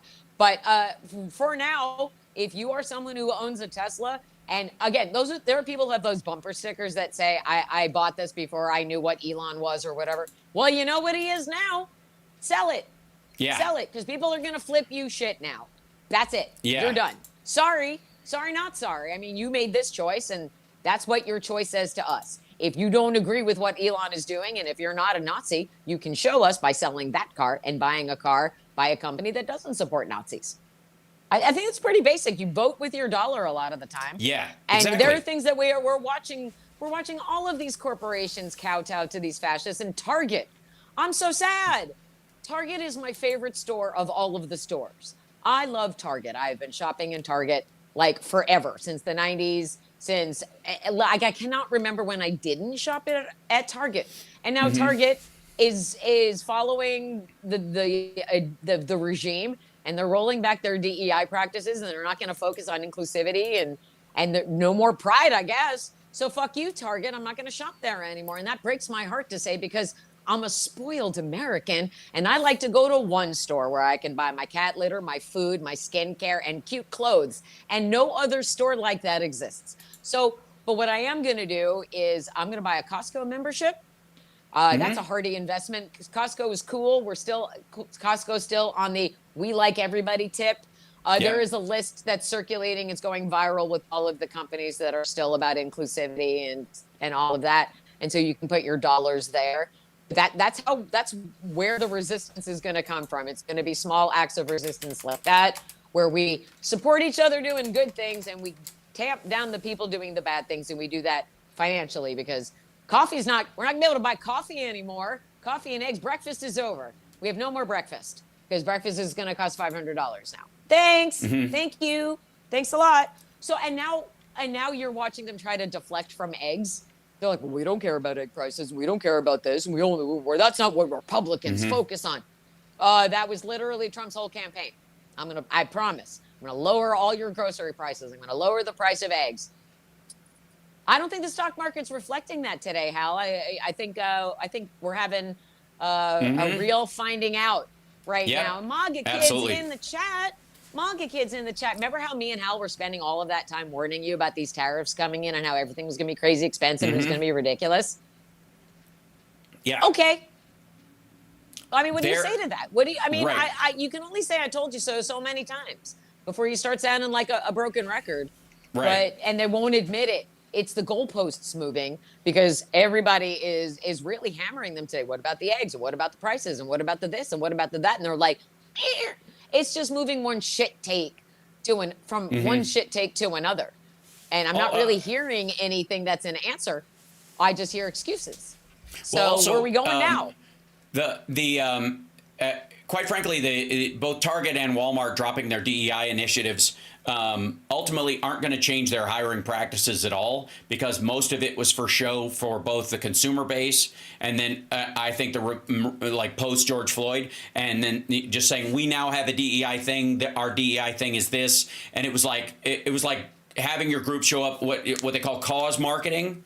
Cause marketing is where where a celebrity gets involved in a charity or something like that to kind of show off themselves while they work with the charity. That happens a lot. It's pervasive. It's a little weird and gross. It's why I will talk about some of the charities I work with, but very seldom will you see me just wearing a hat standing someplace with it. I'll either be at the place volunteering, actually doing some goddamn work, and people will ask me why I'm there when I'm there.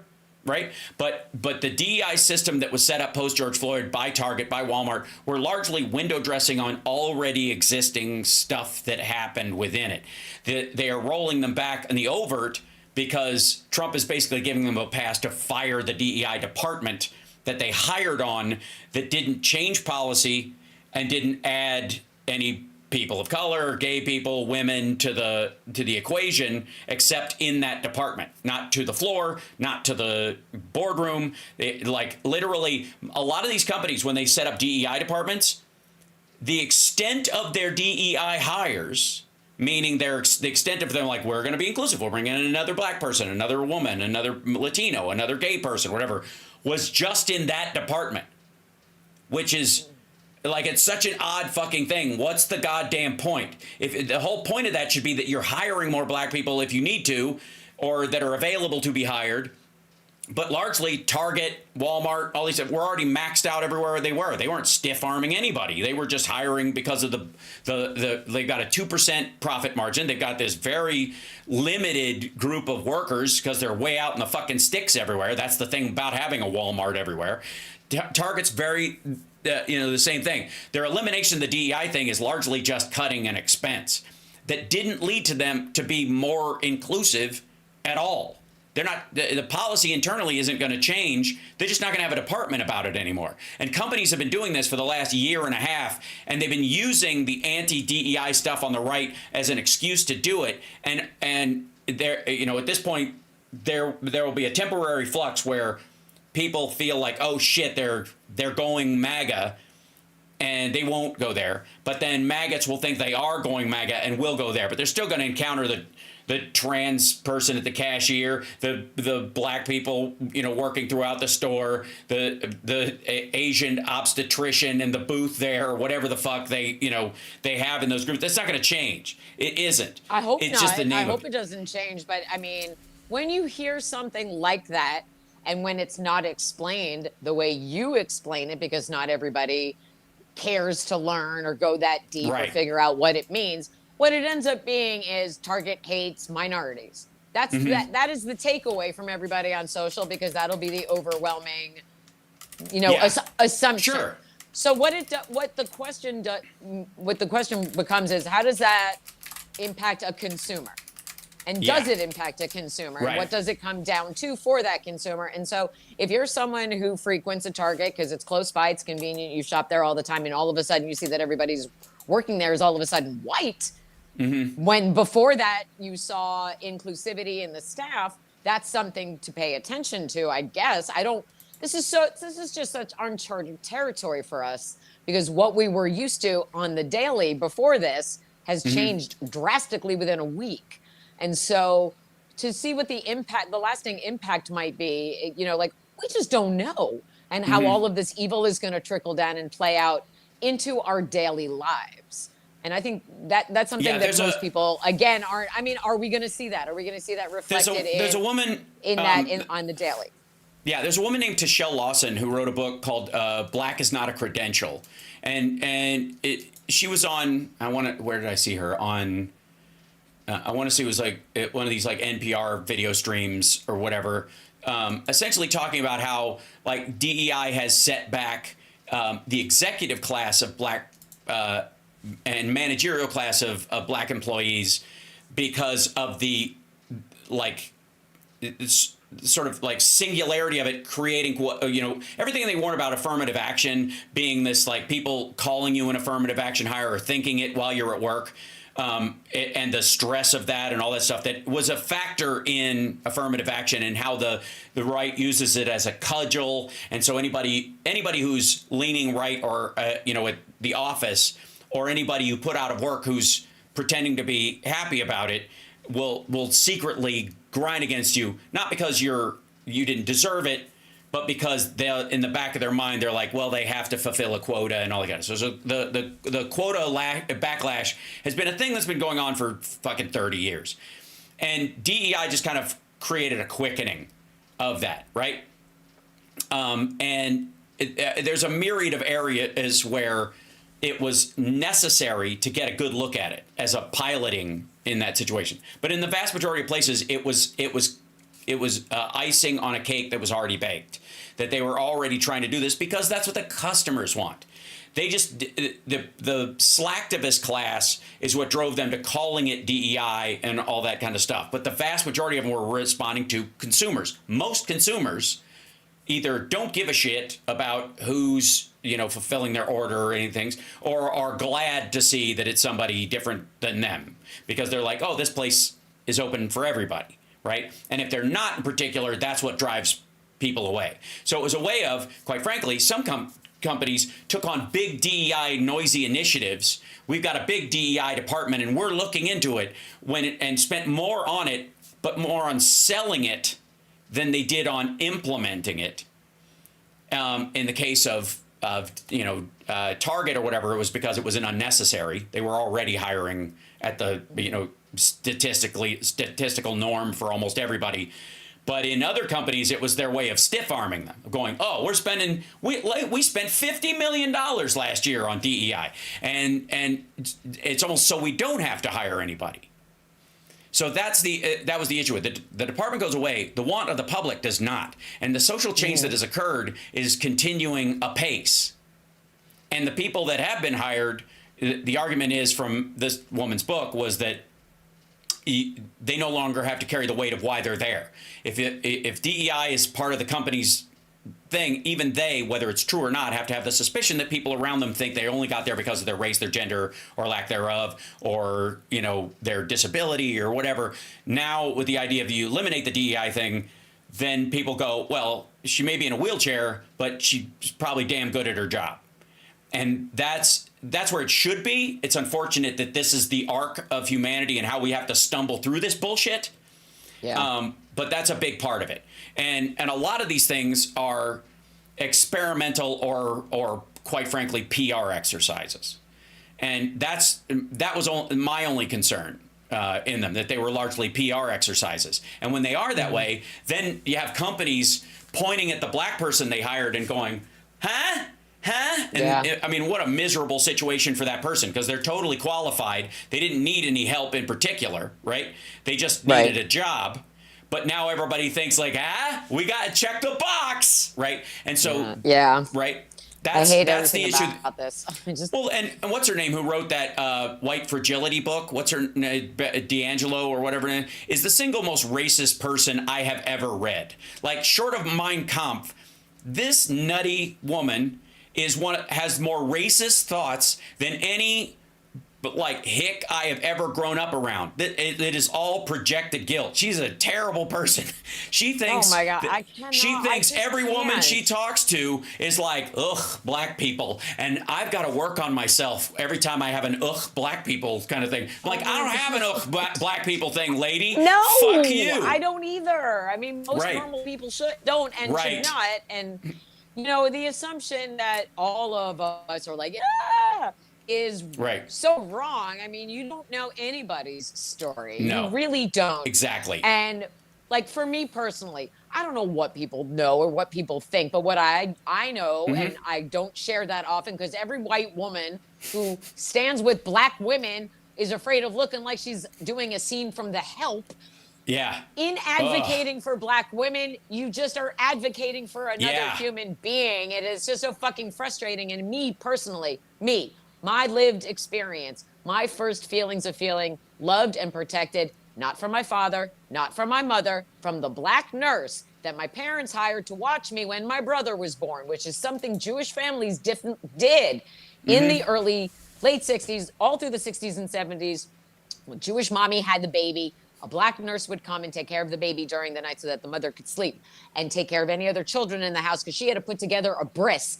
There was a woman who lived in my house for a week. Her name was Linda, and she taught me about consent. She taught me about protecting myself. She taught me about just love and what it means to be loved and respected as a person. And she taught me, she's like, no one takes you from you. I remember just like in the bathtub and she telling me to wash my body. And she says, that is your sacred space. Nobody touches your sacred space. So she taught me about consent before I knew what it was and all of those things. So the voice in my head is like protective black woman. And all my life, I have been drawn to the black community and stood with them because I feel it's my responsibility as a human to be an ally to all the communities I was not born into. And we have everything to learn from them. And it's so frustrating to me that people just can't be basic humans to other humans. And here we are. Those people who thump the Bible and claim to be loving Christians are the ones driving all of the evil that is happening in this country right now. And it makes no sense to me.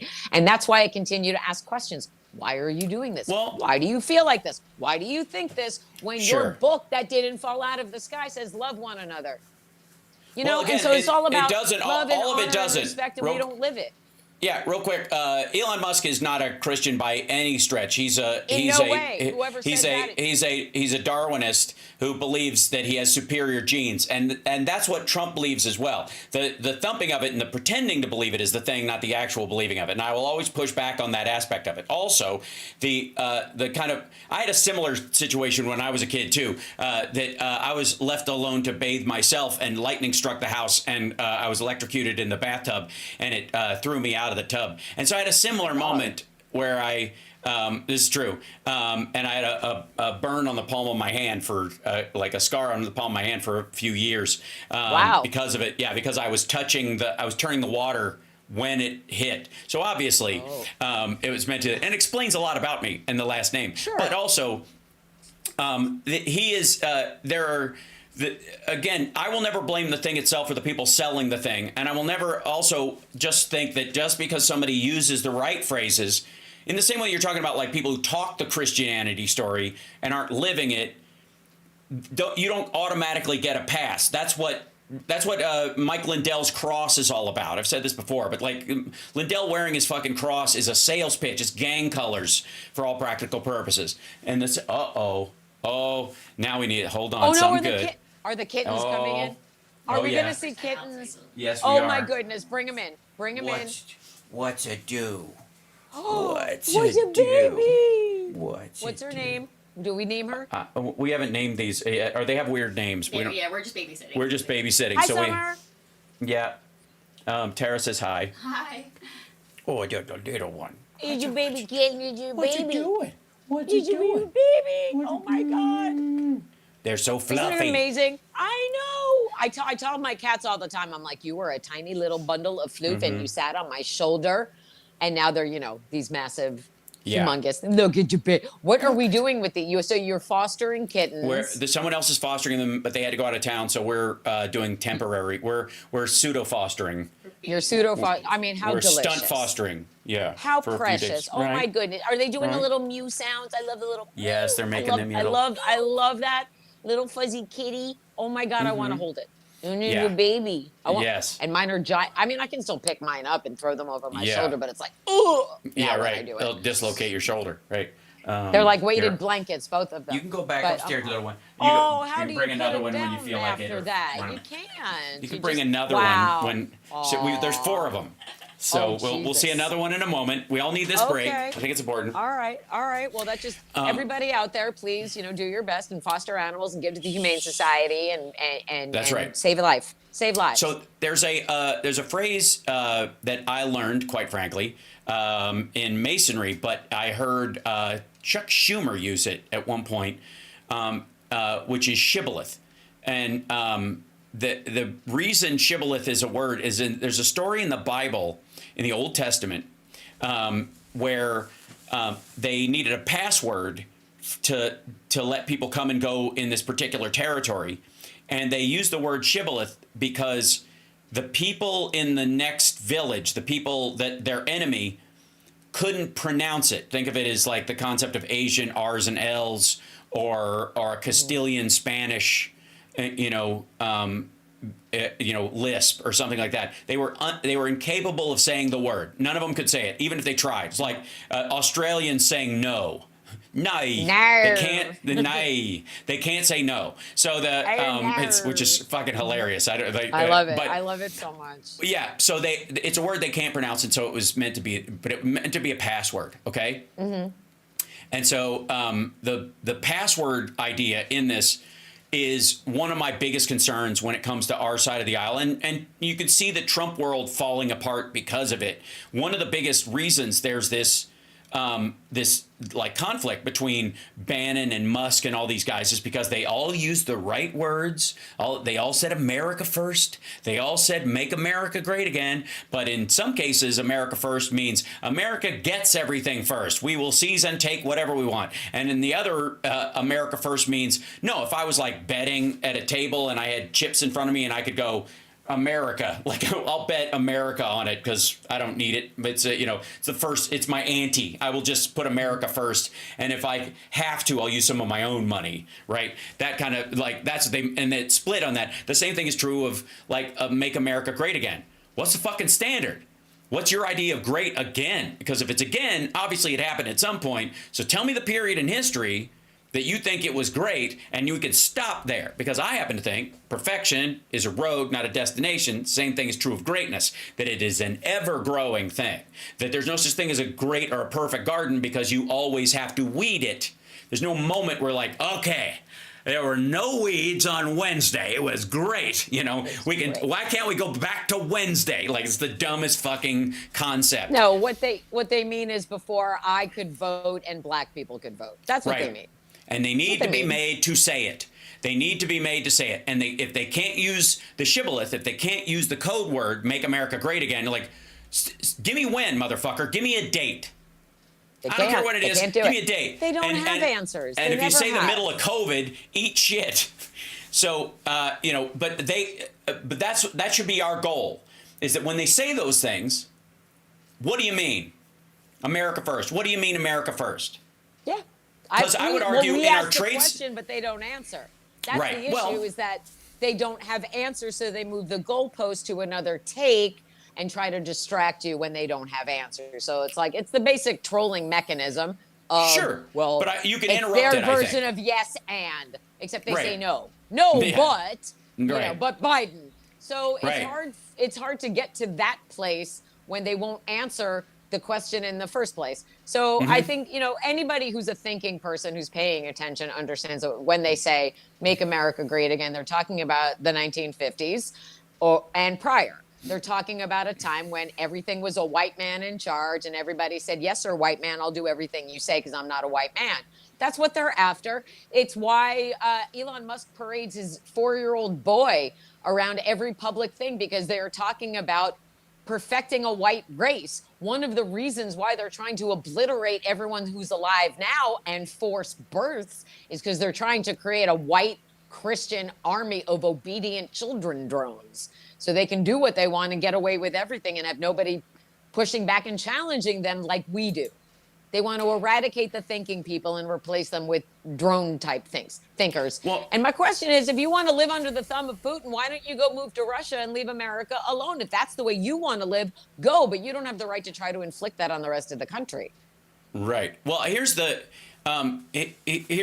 thing that has got to be abundantly clear to a bunch of these idiots, is that they can't. There's just materially no version of doing this, but besides, mass genocide that is active. And that's the crucial part of this, is that at some point they've got to shit or get off the pot in what they're actually talking about. And when you're talking about Christian drones or something, there are conflicts that I believe we as Democrats specifically can sort of gin up. We can egg these conflicts on, and one of them is this crisscross between the bioengineering transhumanism of Elon Musk and Peter Thiel and all those guys, and the faux Christianity, individualism, barbecue and truck world of MAGA, because they are on a collision course. There is no way that isn't a violent fight at some point. There's just no way. Yeah. And they can pretend to play nice until such time as they wipe them out. But it's like any friend of the Nazis, like the Japanese and the Nazis. Everybody knows that because the Nazis thought that white Germans specifically were the superior race, and Japanese believed that the Japanese were the superior race. Eventually, even though they're allegedly on the same side in this big fight, they weren't. You're gonna have a conflict, right? The same thing is true of the Russians. Russians talk about Ruski Mir, the Russian world, that Russia has no borders, meaning it's all Russia. We just gotta take it. They're basically like fucking like Cyrus in the fucking Warriors. Can you dig it? Right? Because it's all our turf. That's what they're fucking talking about. And that is not a burden we as Democrats carry at all. And the idea that everybody can share the earth and that difference is good and like neutral respect as a starting point for humans is a great place to be is the pervasive thought on the earth. Again, 8 billion people on the earth, 7.99 billion of them wake up every morning going, how do I make the world a better place for me and my own? Wouldn't it be nice if somebody cured cancer? I think I'm going to go to work today and pay for my kids' school. Like, that's how most people live. And they don't harbor any of this awful. And there are people who are working to make us harbor that awful. And they don't always look different. That's, than us is the lesson I think we've obviously learned. The maggots have not. They've just basically written it off. In the same way that you can wear a fucking cross and you automatically get a pass, they also think being white automatically gives you a pass, unless they moniker you with libtard or rhino, I suppose. But even then, they think you can be sent to a re-education camp, which is what they always accuse us of doing. It's ridiculous. But that's the point. There's a ridiculous wall they are heading towards, and it's our job, I think, to flick them towards it as much as we can. And I think one of the reasons why the trolling thing you're talking about worked for the longest time was because we got self-righteously indignant or angry about them avoiding the issue and addressed it as such, instead of holding our strength and laughing at them. There's a lot of, because we care about the actual issues, and this is where I call it, our weaponized empathy. They take our weapon, our empathy, and they weaponize it. They make us get caught up in the real cost of what they're doing to the point where we can't talk, where we can't communicate with all of our skills. We can't use our humor. We can't use our patience, because in an emergency, neither of those are allegedly good, right? But the reality is, this might be a crisis, but it's not an emergency. And we need to know the difference, because a crisis can be managed and healed over time. It's heart disease versus an open chest wound. And if you react to every heart disease element like it's an open chest wound, you're going to kill the patient. And in our case, that's where we have to look at these things and not give people on our side who use the right jargon an automatic pass, or go, as long as I say those things, everybody will know I'm on the team. And then assume that anybody who doesn't use my jargon is against what I'm talking about, and their use of jargon proves that, and I need go no further, because the populism overlap that Cenk is exploiting right now, and what he's going for is trying to drag some of the maggots over and create this us against them horseshit storyline and monetize it for himself, because his old business model is collapsing, which is stop Dems from voting. That's what he used. That's how they did it. That's how they drove it. Even populism is a word. Oh, kitten number 2. This one. Bring it in. They're two twin black ones. Oh, you have to keep them together, because they bond. Yes. And you have to keep siblings together. You have to. Duke and Maxine are bonded siblings.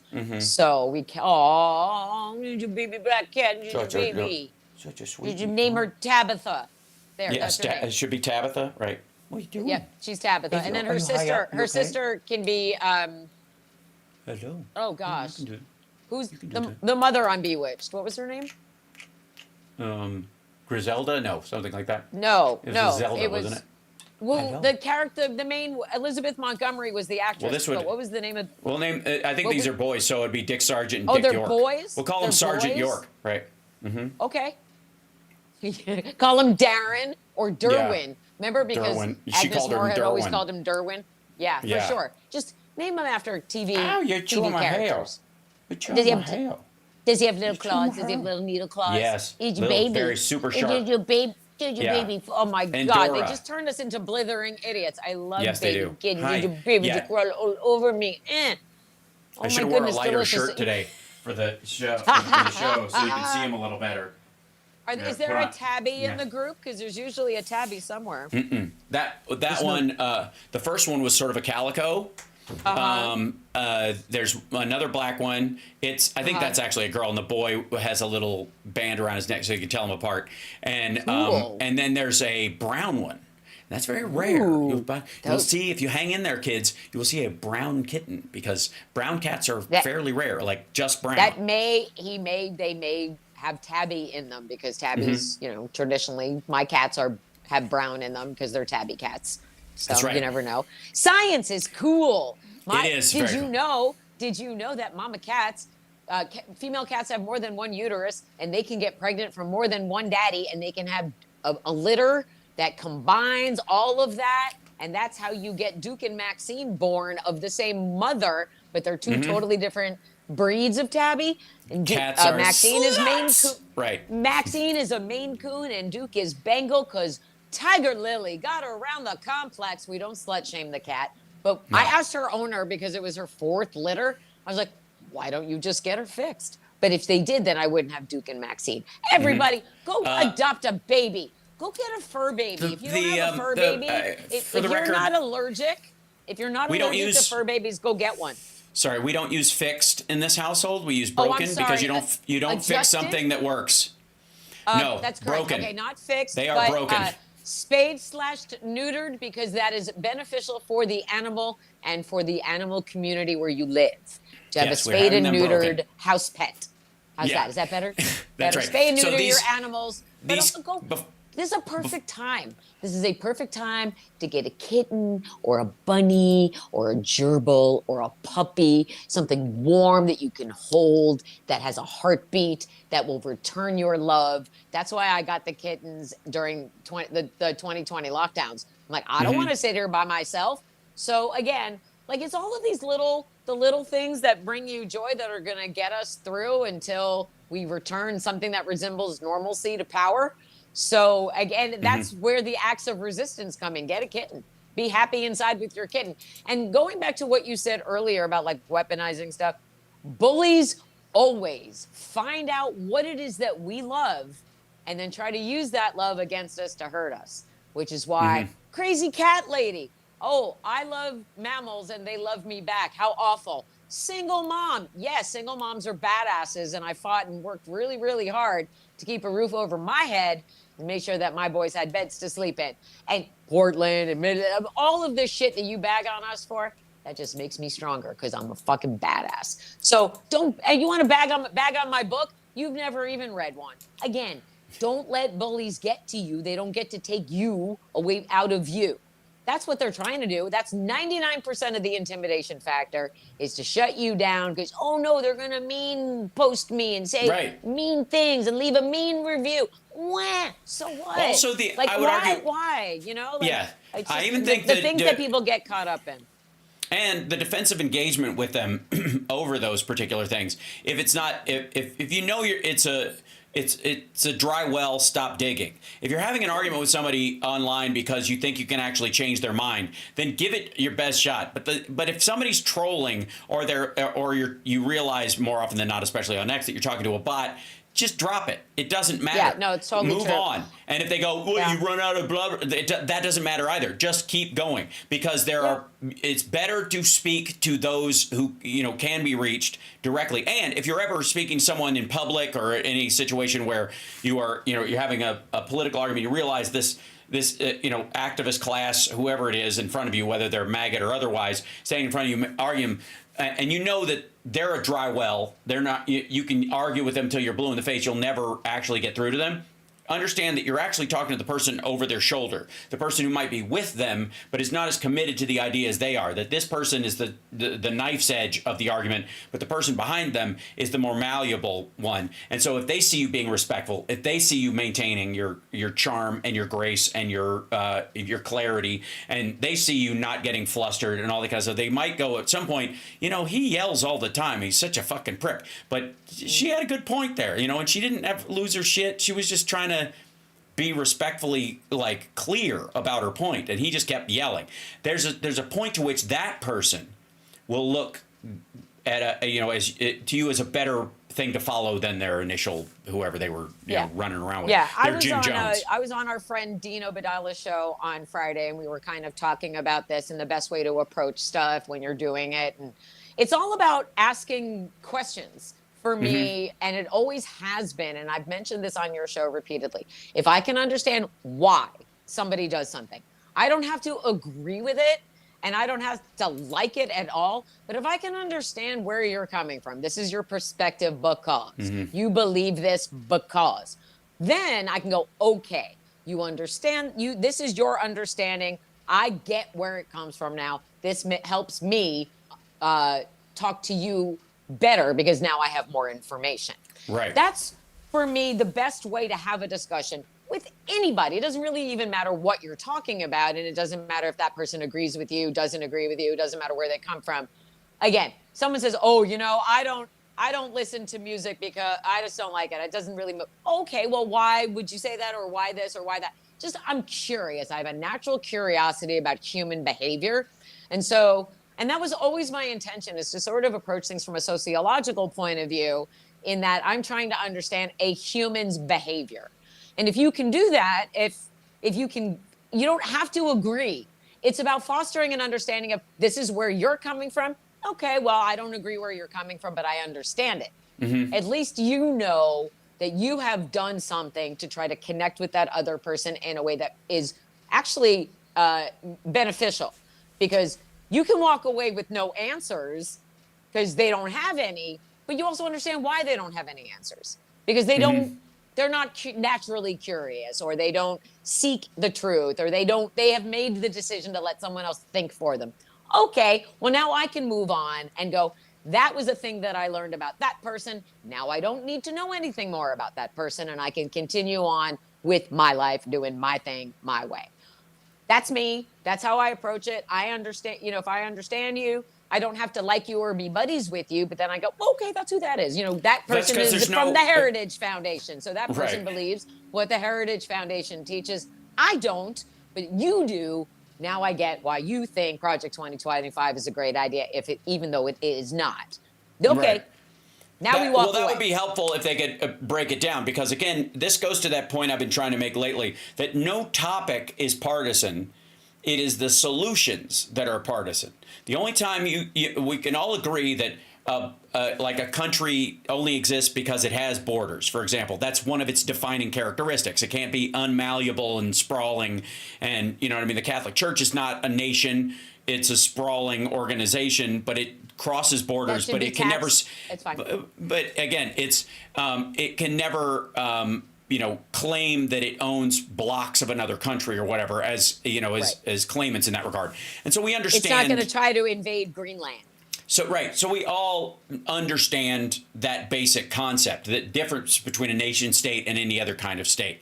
And that requires it having a border, whether that border is open or closed, whether that border allows for immigration or does not, is a matter of partisan decision. And the partisans only have to do with the disagreement about the best way forward about using that, right? That's the important thing. There are some who are committed to their philosophy of the partisan solution for how the border should be treated based on the economic well-being and the ideological well-being of the country.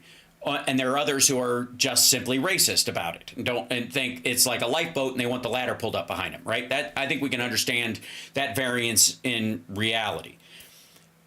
But once you get to the point where even talking about the border or how to manage it became sort of indicative of, if you even bring it up, that means you side with the worst conversation about it.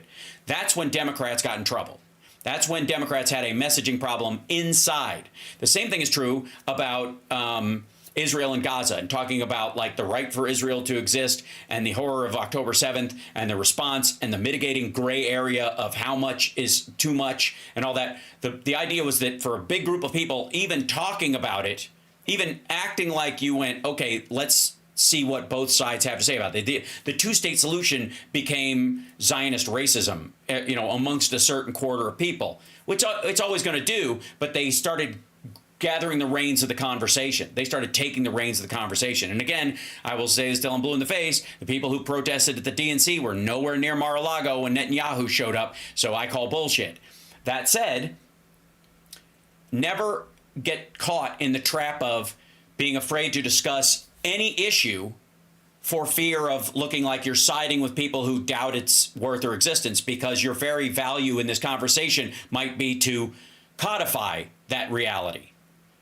Science can kick the tires of stuff, so can you ideologically. And so when it comes to trans issues, or it comes to immigration, or it comes to climate change, the only time people seem to jump in and start talking about it are the people who question its worth or existence in the first place. And the people who believe in its worth or existence are afraid to even discuss any of the areas around it, any of the complexities around it, because it seems like you're giving ground, like, oh, you're saying part of this is up for discussion. Well, I got news for you. All of life is up for discussion. Even if it's just to say, we've already passed the point where we need to discuss this. This has been asked and answered. Mm-hmm. And that can be enough. But you've still got to be comfortably at that point. And then that leaves it up to them to try and answer back. And for so many, of these conversations, there was a how dare you even bring up the topic aspect of it. This is where comedians got affected. Now, I never did, because I can speak intelligently and hilariously about any topic. And so I never got canceled for anything I said, even though I've covered all these topics in my stand-up. In my stand-up, I literally in my last touring hour, I had a place at 45 minutes in, where I would specifically go, check your watch, everybody, because we're 45 minutes in. I've literally joked about everything you're not supposed to joke about, and everybody's still alive, and nobody has left. And it was to make the point that it's not that you joke about something, it's the root of and the point of view and the why you're joking about it. What you think is funny is the part we can judge, not the fact that there's something funny about everything, because joy and laughter are a part of the human condition. And they are also one of our ways of getting through trauma and getting over difficult psychological and social humps. Right. Where we encounter something new, and that's the key point. And I've noticed this, and I'm curious your thoughts on this, because Boston Brian and I've talked a little bit about this. Is that, and I wrote this on my Blue Sky specifically, like as a warning to everybody. But I am less interested in attacks on people who have allegedly, like Fetterman and others, who have, quote unquote, flipped to Trump just by visiting him at Mar-a-Lago or whatever, or Gavin Newsom, who met with him on the tarmac and spoke with him and walked around with him. And this idea that somehow they're going to bend to his will because they're treating him they're being gentlemanly versus treating him like a gentleman, which is a different thing. And that there is a value there's some value in bitching about people who you think have jumped across the aisle, but there's more value in feeding Trump's paranoia that they really don't like him and that they're going to turn on him one day, and that it's better to him to worry about Tulsi Gabbard suddenly snapping back to being a Democrat than this belief system that oh my God, she's awful. She's the extreme example, but Fetterman would be the one. Like, I don't think he trusts Fetterman at all every time Fetterman leaves the room. I don't think he likes him, and I think specifically it's better that he doesn't. I think Fetterman can come, hey man, I'm here to listen. I'm here, give me, oh, there's some of those things like ending the debt ceiling, fucking A, man, let's do that. And you can sit across from him. He's promised so many people so many things that there's something you can actually like in what he said, because he's full of shit. So if you land there and you go, hey, that thing you were full of shit about, I love that idea, because I know you don't believe it, but it's one of my real things. That's why Sanders came out for getting rid of the debt ceiling. That's what, and so those guys should jump on that shit with both feet, right? And they very well, and I'm going to give people who have shown with their votes and their behavior over years more room to do that than I am going to go like, oh my God, Trump has a hypnosis ray and everybody's bending to his will. He That's doesn't what the have media a says. hypnosis ray. But the media thinks he does. Maybe No, the well, media. but Maybe you he's and not a I- master of media. Maybe you're just a gullible fuck. Has been my argument with the media for a long time. Maybe you just Right. buy what he's selling. But that's. I mean, it's important. Yeah. Well, you pointed out a couple of weeks ago when I brought up Fetterman, or last week maybe it was, because I was all mad. Yeah. And you were saying how, these guys have to vote in the best interest of their constituents, and they have to vote to benefit their state and all of these things. And I agree with you that there are going to be things that they're going to have to give. Right. But then there are things where they really need to hold their ground. Nobody should have voted to confirm Pete Hegseth, and I don't care what your reasons are. Right. There are times to be obstructive, and then there are times to grease the wheel a little bit so that the people get what they need. So Gavin Newsom welcoming Trump is the pathway to his people getting aid that they need. Yeah. And still, the optics from them meeting on the tarmac with Donnie's dementia lean, and Gavin is standing there straight and firm with his full head of hair. Gavin Newsom had the upper hand the entire time. Yes. Because he's has a more commanding physical presence, and he speaks very well. He's gorgeous, and Melania kissed him hard on the cheek, and she avoids kissing her own husband. So there are the optics of that show Newsom stronger, and he displayed that strength by not letting Donald Trump do that handshake thing, by standing his ground, and by saying, this is what's happening and this is what's going on. Whatever went on behind closed doors, we'll never know. But what we saw was, I own this motherfucker no matter what he says. Donald Trump is so jealous of Gavin Newsom. That's what it comes down to. He's a petty little bitch. He's mad that he lost California, and he's mad that he doesn't look like Gavin Newsom. So that's why he's taking out his rage on California. When you have something like a John Fetterman going along with the appointment of a thrice married, drunken wife beater, then I think we're allowed to call them on the carpet and say, wait, why'd Fetterman you do that? voted How nay. does that Hold help on. the people of Pennsylvania? Yeah, but Fetterman How does voted it help the no people? on Hegseth. Fetterman voted no on him. But when he was saying he would, and whatever Democrat, when we see Democrats voting for Marco Rubio, that he should have been challenged. That should have absolutely been challenged by Senate Democrats, and it wasn't. So there are things that make our country less safe. Sure, I don't think Marco Rubio should have gotten such an easy pass. Kristi Noem at Homeland Security. If any Democrats are voting for appointments that are clearly going to put us in jeopardy, that I'm going to have a problem with. But if you're voting with Republicans to put food in my belly and make sure I have a roof over my head and my health care is staying put, that's fine. It's about the individual. We can't say blanket. You can't do this and you can't do that. We're going to have to do it on the individual votes. How does this benefit your constituents? You voted for this. How does it benefit Democrats? If it doesn't really benefit Democrats, then why'd you vote for it? Does it benefit the people? Yeah, That's one way that we do this. We have to have the honest conversation, but it has to be vote by vote, because it can't be just. Well, it's a good example. You know what I'm saying? It has to be show us who you let's are. Be clear, though. But always be that person. Sure. And I would argue that there are I don't know who's waiting in the wings in some of these cases. What Kristi Noem's going to do or not do as Homeland Security or whatever like that. It's hard to say that Trump has somebody waiting in the wings who's better, and less harmless.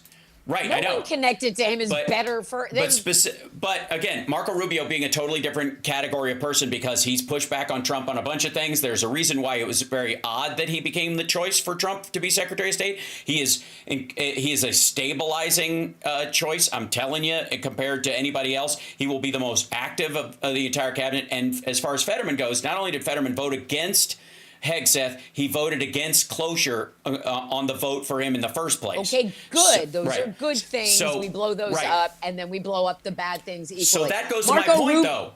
But wait, that goes to my point, though, of like, he went down to Mar-a-Lago, he's playing nice or whatever, but his vote actually stands where you want it to stand. And when it comes to Marco Rubio, Rubio's, as far as the Secretary of State things, there's not really a single point that is overtly partisan that he is going for. He's going to carry out stuff that Trump says in certain cases. But there is.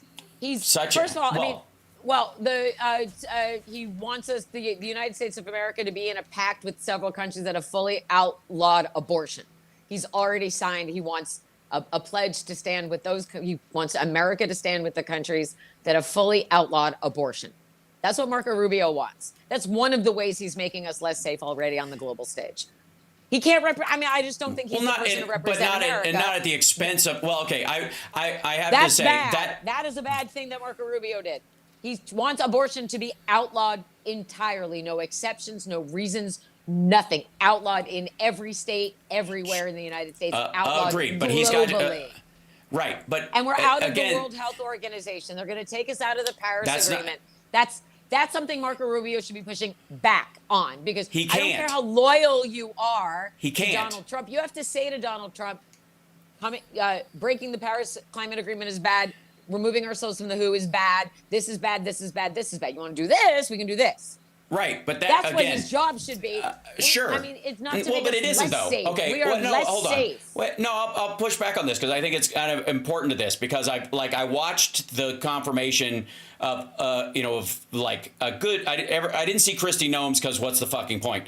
But the rest of them I watched almost all the way through, and especially the Rubio ones, because I was curious about how far his takes would go back to how he was as a senator and how he was on the I think the Intelligence Committee versus as an arm of Trump. And most of what he's saying seems pretty. The reason he passed so clearly is because a lot of his stuff is more in line with the Senate's view, including the Democrats, of national security concerns and our place in the world as as a peacekeeping force, for example, versus what Trump is saying.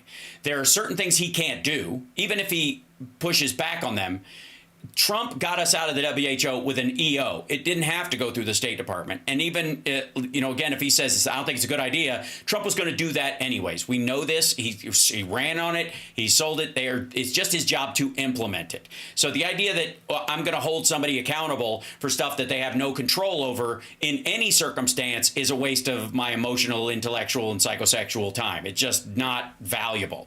What is valuable is what areas will Trump let him go on and handle? Here's another kitten just in time. We need the brown one. I would posit that he won't let little Marco do anything because he controls him. He's a baby bunch kitty. Look at this Ewok. Oh, look at this little Ewok. Hi, baby. That's a little bear cub. Oh my goodness, you need to name that one Ewok. Yeah, that's what I said. That one's name is Ewok. Oh, that's what I said. Or Ewok. Warwick. That's what I said. Yeah, Warwick. Or Warwick. Ouch. I know my Star Wars trivia. I know. Check my action.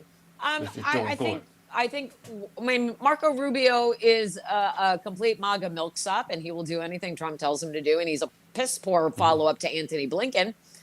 But they all are. They all pale by comparison, and it's going to be about watching all of the shitty things he's done in just a week with the stock market tanking and prices all kaflooey, and everybody's freaking out and scared, and they're taking, they're already doing the raids and all. You're baby kitty though.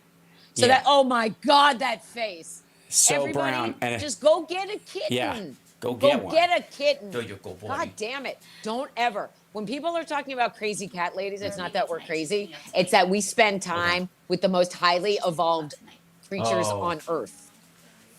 Who's making a bullet? Why are we making a bullet? Why? The lady's picking him up tonight. She was gonna. No. We were gonna have him till Tuesday, but she's gonna pick him up tonight. Boo! Well, you just put them put them inside of your shirt and hold them like this. Yeah, she'll never know. Do that. So do that. Do that. Point I'm trying to make is that I think there has to be an element of keeping your powder dry, and this idea of just kind of like stone resistance is a waste of time in some areas, because some stuff is going to move forward anyways, and other things are there. Again, the difference between a crisis and an emergency. I would argue that Hegseth was an emergency, but he got eaten up with the overall crisis. He was allowed to shuffle through. That's what all the fucking Greenland and fucking Trump is hoping that all the noise he's making lays groundwork for. And he was a 50-50. Like they literally had he lost 51-50, which is just the perfect number because he's fucking crazy. Nuts, right? So, but again, there is a distinct difference from the policy and the ability to sit in a room room that Marco Rubio has, and I'm not a fan of the dude, but I'm telling you, there's an intellectual depth that exists there that you can argue with. That you can go because he's been a politician right, for so long, right, and he knows how to play the game. Right, and Pete he's been on Hegseth well, is a not Fox just the News game, talking head. right? Not just the game. He's been on the committees. They've worked stuff out. There's an element of like there's almost and the division between the right and left in this country has been so strong that there's an element of almost like every bill is a treaty. The point I'm trying to make is I'm not worried about what he does because he's just the worst stuff he does will be just carrying out what Trump tells him to do, which is his job. So I'm not taking the weight off of Trump and putting that responsibility on Rubio when he does something horribly shitty because he has to carry out the policy, like cutting off all foreign aid for 90 days. That wasn't his idea. That was a directive from Trump. It's all on him, right? And he doesn't get to bad. It's all bad. And that's the thing, MAGA kids in the chat as we wind down. None of this is good for you. Nothing that he has done since he didn't put his hand on the Bible last Monday is bad. I don't see it doing anything good for our country, and I don't understand. I hope that the MAGA kids are starting to wake up to that, especially him cutting the healthcare stuff for the low income and the middle class. It's not going to impact them for a year and a half. It is not. When it does, literally. Yeah, I agree. It will. When well, it does, it's going to start impacting you when you go grocery shopping. Right. And you go get gas. They're going to blame Biden for the next 6 months. All the stuff they don't realize that, like, let you do that. Good right. fucking luck. That's the point. We need to be very distinct about that, and stop and don't fill in the blanks afterwards. You go, I thought he was going to fix eggs in 24 hours. Bye. Shut the That's fuck it. up. When has he ever delivered on a promise that was good for other people? Never. Never, never, never. Remember, Donald Trump doesn't do anything unless he can somehow benefit financially. That's the bottom line. That's how it goes. If he can squeeze a penny out of you, he will. He will never stop grifting. He will never stop lying. I know this, but I can't crawl into his fucking ear hole and bang around in that empty goddamn dome and change the gears in that place. But what I can do is address our messaging and how to deal with him. What was effective and what was not. And what was not was our need to fill in the blanks to show how inclusive and open we are inside democratic circles. That's how we're supposed to talk. But again, if you only talk in that jargon, it doesn't reach anybody else, right? And in the case of Trump, like diverting the blame for Trump's policies onto the staff he's put in there to be automatons and carry out his shit is even Hegseth in that case. Hegseth will fuck up on his own, doing shit that Trump didn't tell him to do. But those are still Trump's problems. I'm not even going to blame Hegseth for doing this because Trump wound him up and let him go, and the dude's a fucking drunk. So if he creates these problems, I'm not going to go, fuck, this is what happens when you put a dumbass like Hegseth. No, this is what happens when a dumbass like Donald Trump operates the levers of power. Period. End of fucking story. Right. Every problem is his problem. It's not Kristi Noem. No matter how much she fucks up, he put her in charge. Right. And I'm sticking to that no matter what. And the idea that like, well, votes been no. Look, we have to have a functioning government. Every president gets to pick their cabinet, with the exception of, like, you know, with rare exception, I think Hegseth should be dumped, and he probably will in very short order, even after he's gotten the job. I think Tulsi Gabbard I think they gave him Hegseth so they could dump Gabbard. I think that's probably one of the backroom deals that they're making because like McConnell and all these guys are doing that. But the point is, no matter who the fuck these assholes are, these are Trump's mistakes. And that's, I think, the most important part. He promised to fix everything quickly with the best people. Well, if the best people that he puts in there... Only he can. Only he can, so only he gets the blame. That's it. Except he never did it the first time, so he's really going to extra not do it now. So again, you're right. Everything goes back to him, and just because he doesn't take any responsibility, that doesn't mean we don't put it on him. Yeah. Just because someone refuses to. It's interesting. It's weird. He will never take responsibility for the shit that he does, and he'll take all of the credit for the things that are successful that have nothing to do with him. So it's just typical con man. Again, that goes back to what I said with that's what it goes back to what Cliff and I were talking about, where I was saying Democrats have two jobs. One is beat their chest on the stuff we've accomplished, the ACA, the Infrastructure Act, all those kind of things. And then on the other hand, ask why, like shove the presidency down his throat. Yep. Why haven't you solved this immediately, Mr. Quick, Bold, and Beautiful? I don't want to hear it's complicated. Always make them stumble. They stumble over the why. Why are you doing this? They don't. Right. They can't answer a simple question like that. We can't be baited into filling in the blanks for them or reiterating that point, because you got to let them stew on the reason themselves. And I think the over answering and us filling in the gaps, because look, I'm the dude who talks way too fucking much when it comes to like details about something. I can jabber on for hours on almost any subject, but there are certain values in a conversation where you are having a debate or an argument with somebody else where you realize you've left a ticking time bomb debate-wise on the table, and you have to let them diffuse it. You have to let them stumble and fail at diffusing it. Because if you come in there and go, see, look how the wires are doing. If you start explaining the wiring to it, they will find another hole in what you're saying and find another way to diffuse it. And even if it's a lie or jumping to another topic, you can't give them the space to do it. You have to cut it off. You have to beat your chest about successes, and you got to lay everything at his feet. I'm not blaming a single House Dem or House Senate member when we're on the receiving end and we're in the minority. Sorry. If they want to make sure the government just functions so an outside influence can't destroy the country, and they just know even bad is better than nothing, and they vote people through, or they just hold their nose, or they're given there's like fucking political shuffling. You can vote for them, I'll vote against them. I don't give a fuck, because there's a certain amount of business that has to continue or the whole place collapses. But what I will do is 100% lay it at his fucking feet. That if he says landslide, fine. If he says I'm the one who can fix everything, big, bold, beautiful plan, put up or shut up, dumbass. I don't want to hear anything else. I'm not going to go, but there was a thing in the... I don't... Nothing. Nope. This is what you said. Fuck that. This is what you said. Here's a clip of you saying we cleared the road for the majority of, Let's go. We only held back 2 of your people. We let you have your cabinet, fucko. You've got your cabinet, and it's not their fault. You gave them marching orders. What? It's not our fucking fault. We gave you all the rope. Why are you hanging yourself? That's right. That's got to be a part of this, because the standard of, like, as much as impeaching him was right to do, and why I wouldn't change that aspect of it, that methodology will not work this time. He has to, he's got to have this buffer of fuck up around him, so he can't blame anybody else. He'll try, but he'll have no ammunition. That's got to be key. Not this time. And Democrats need to pound their chest. We learned about him a lot over the last 4 years, too. And how the media handles him. Because, again, it's not even about us or what he's going to do, but how it's going to be messaged. Look at how it's being messaged. They're still doing this. He's going to be presidential any day now, horseshit. And again, if we're the only ones, taking him as a serious threat, I just feel like we have a responsibility to go, okay, they like us getting outraged and fearful and scared. It means power to them. That when we react to him like, this motherfucker's going to destroy the earth, that they go, see, he's got the power to destroy the earth, but he's on my side, so I don't give a fuck.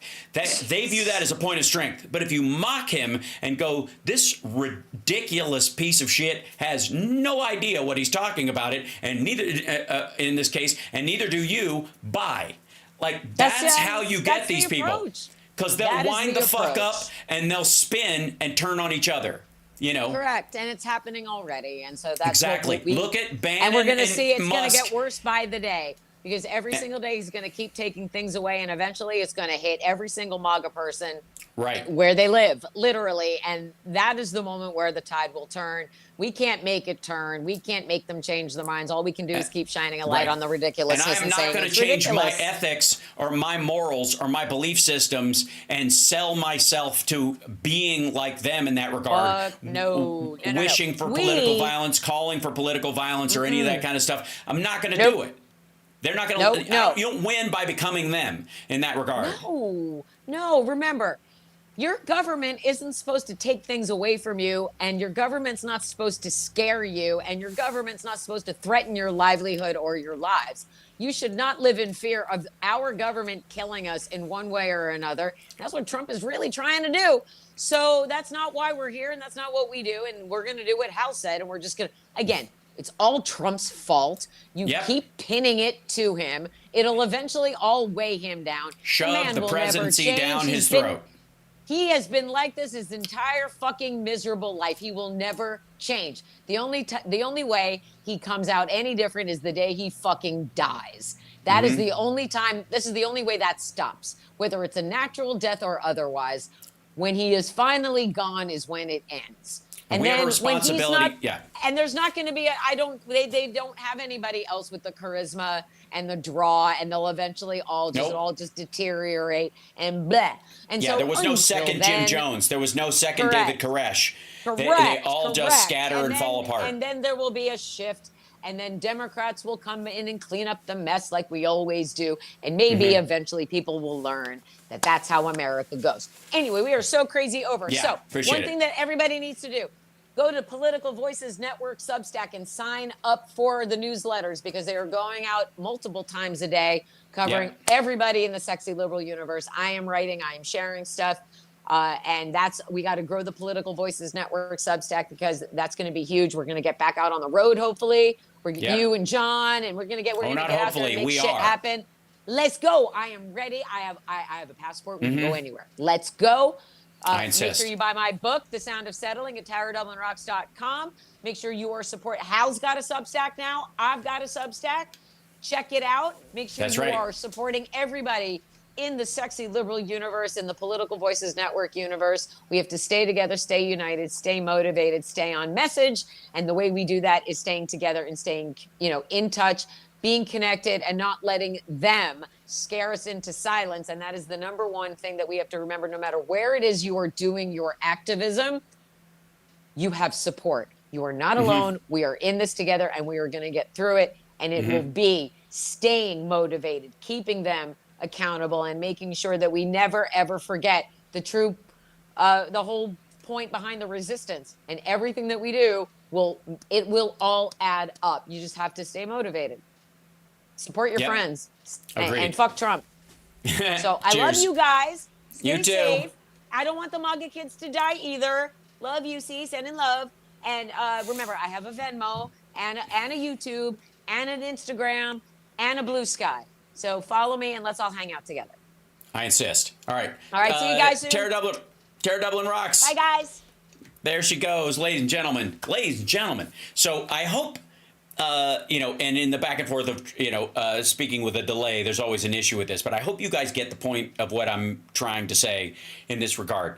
I don't want to shift my ethics and my belief systems and the worth and value of what we want to accomplish simply because there's this alleged messaging war that we're losing. I'm not going to do it.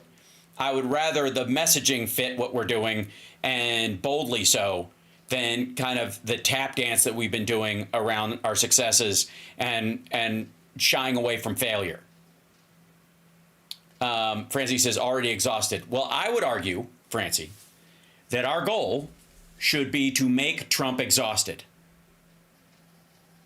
You know how all presidents age during their presidency, and Trump didn't really, largely because he's a sociopath and it didn't matter to him, and largely because he didn't kind of know what it meant to be president, and he still kind of doesn't, but like this time he has promised so many people so many things that if it doesn't work, he's got no one to blame. He has the House and the Senate, and he can't shovel it off on Russia, or any of that shit, right? And we have to constantly lay that at his feet, like, that's your problem. Fix that shit. You know how they say call your congressperson, call your senator, call the White House. For the next 4 years, skip the middleman. Unless we take the House and the Senate in 26, but which I think we will. But until that happens, don't call your congressperson. Don't call your senator. Call the fucking White House and go, hey, where's your big, beautiful plan? I thought you had a big, beautiful plan for everything. right? I'm telling you, leave it at his feet, because it will frustrate and drive him fucking crazy. It is his responsibility, and he brought it on himself. He said, I alone can fix it. Well, get at it, motherfucker. And if it isn't working, it's your fucking fault. You can't blame Democrats in the House or the Senate for not voting with you. They're not supposed to. You can't blame rhinos in the Senate who don't agree with you on everything. They're not supposed to. It doesn't fucking matter. You're supposed to fix it all by your fucking self. That's what you said. That's what you sold. So if it doesn't pay off, it's your ass. And I don't want to hear it. So everybody's responsibility is lay every problem in America at the feet of Donald Trump, especially if his solutions tank or eat shit like they are. This dicking around between him and Colombia is a fucking waste of time. It was a dick measuring contest between the two of them. But it's indicative of how poorly the rest of it's going to go.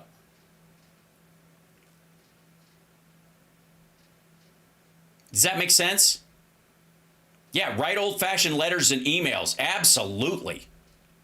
Yeah, and yes, call and ask for President Musk. Say, I have notes for President Musk. I have a thing for, right, you know, I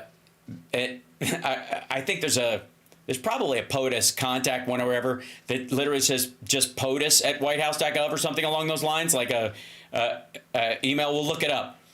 But we should all write an email to that saying, Dear President Musk. And anybody who wants me to pick on Democrats for failures, the things that they don't match up or they don't live up to, fuck you.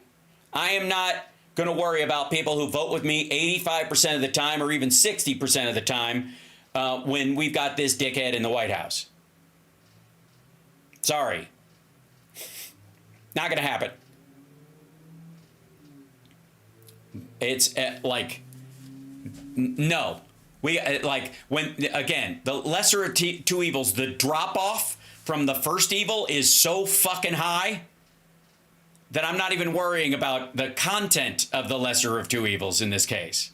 It's you know, there's a serial killer and there's a pickpocket. Pickpocket makes me feel bad on the fucking train, but a serial killer would fucking chain me to a wall and ejaculate on my corpse. So the lesser of two evils is a clear and stark choice. You understand what I'm saying? Okay, I think you do. I think you do. And on that note, another thing.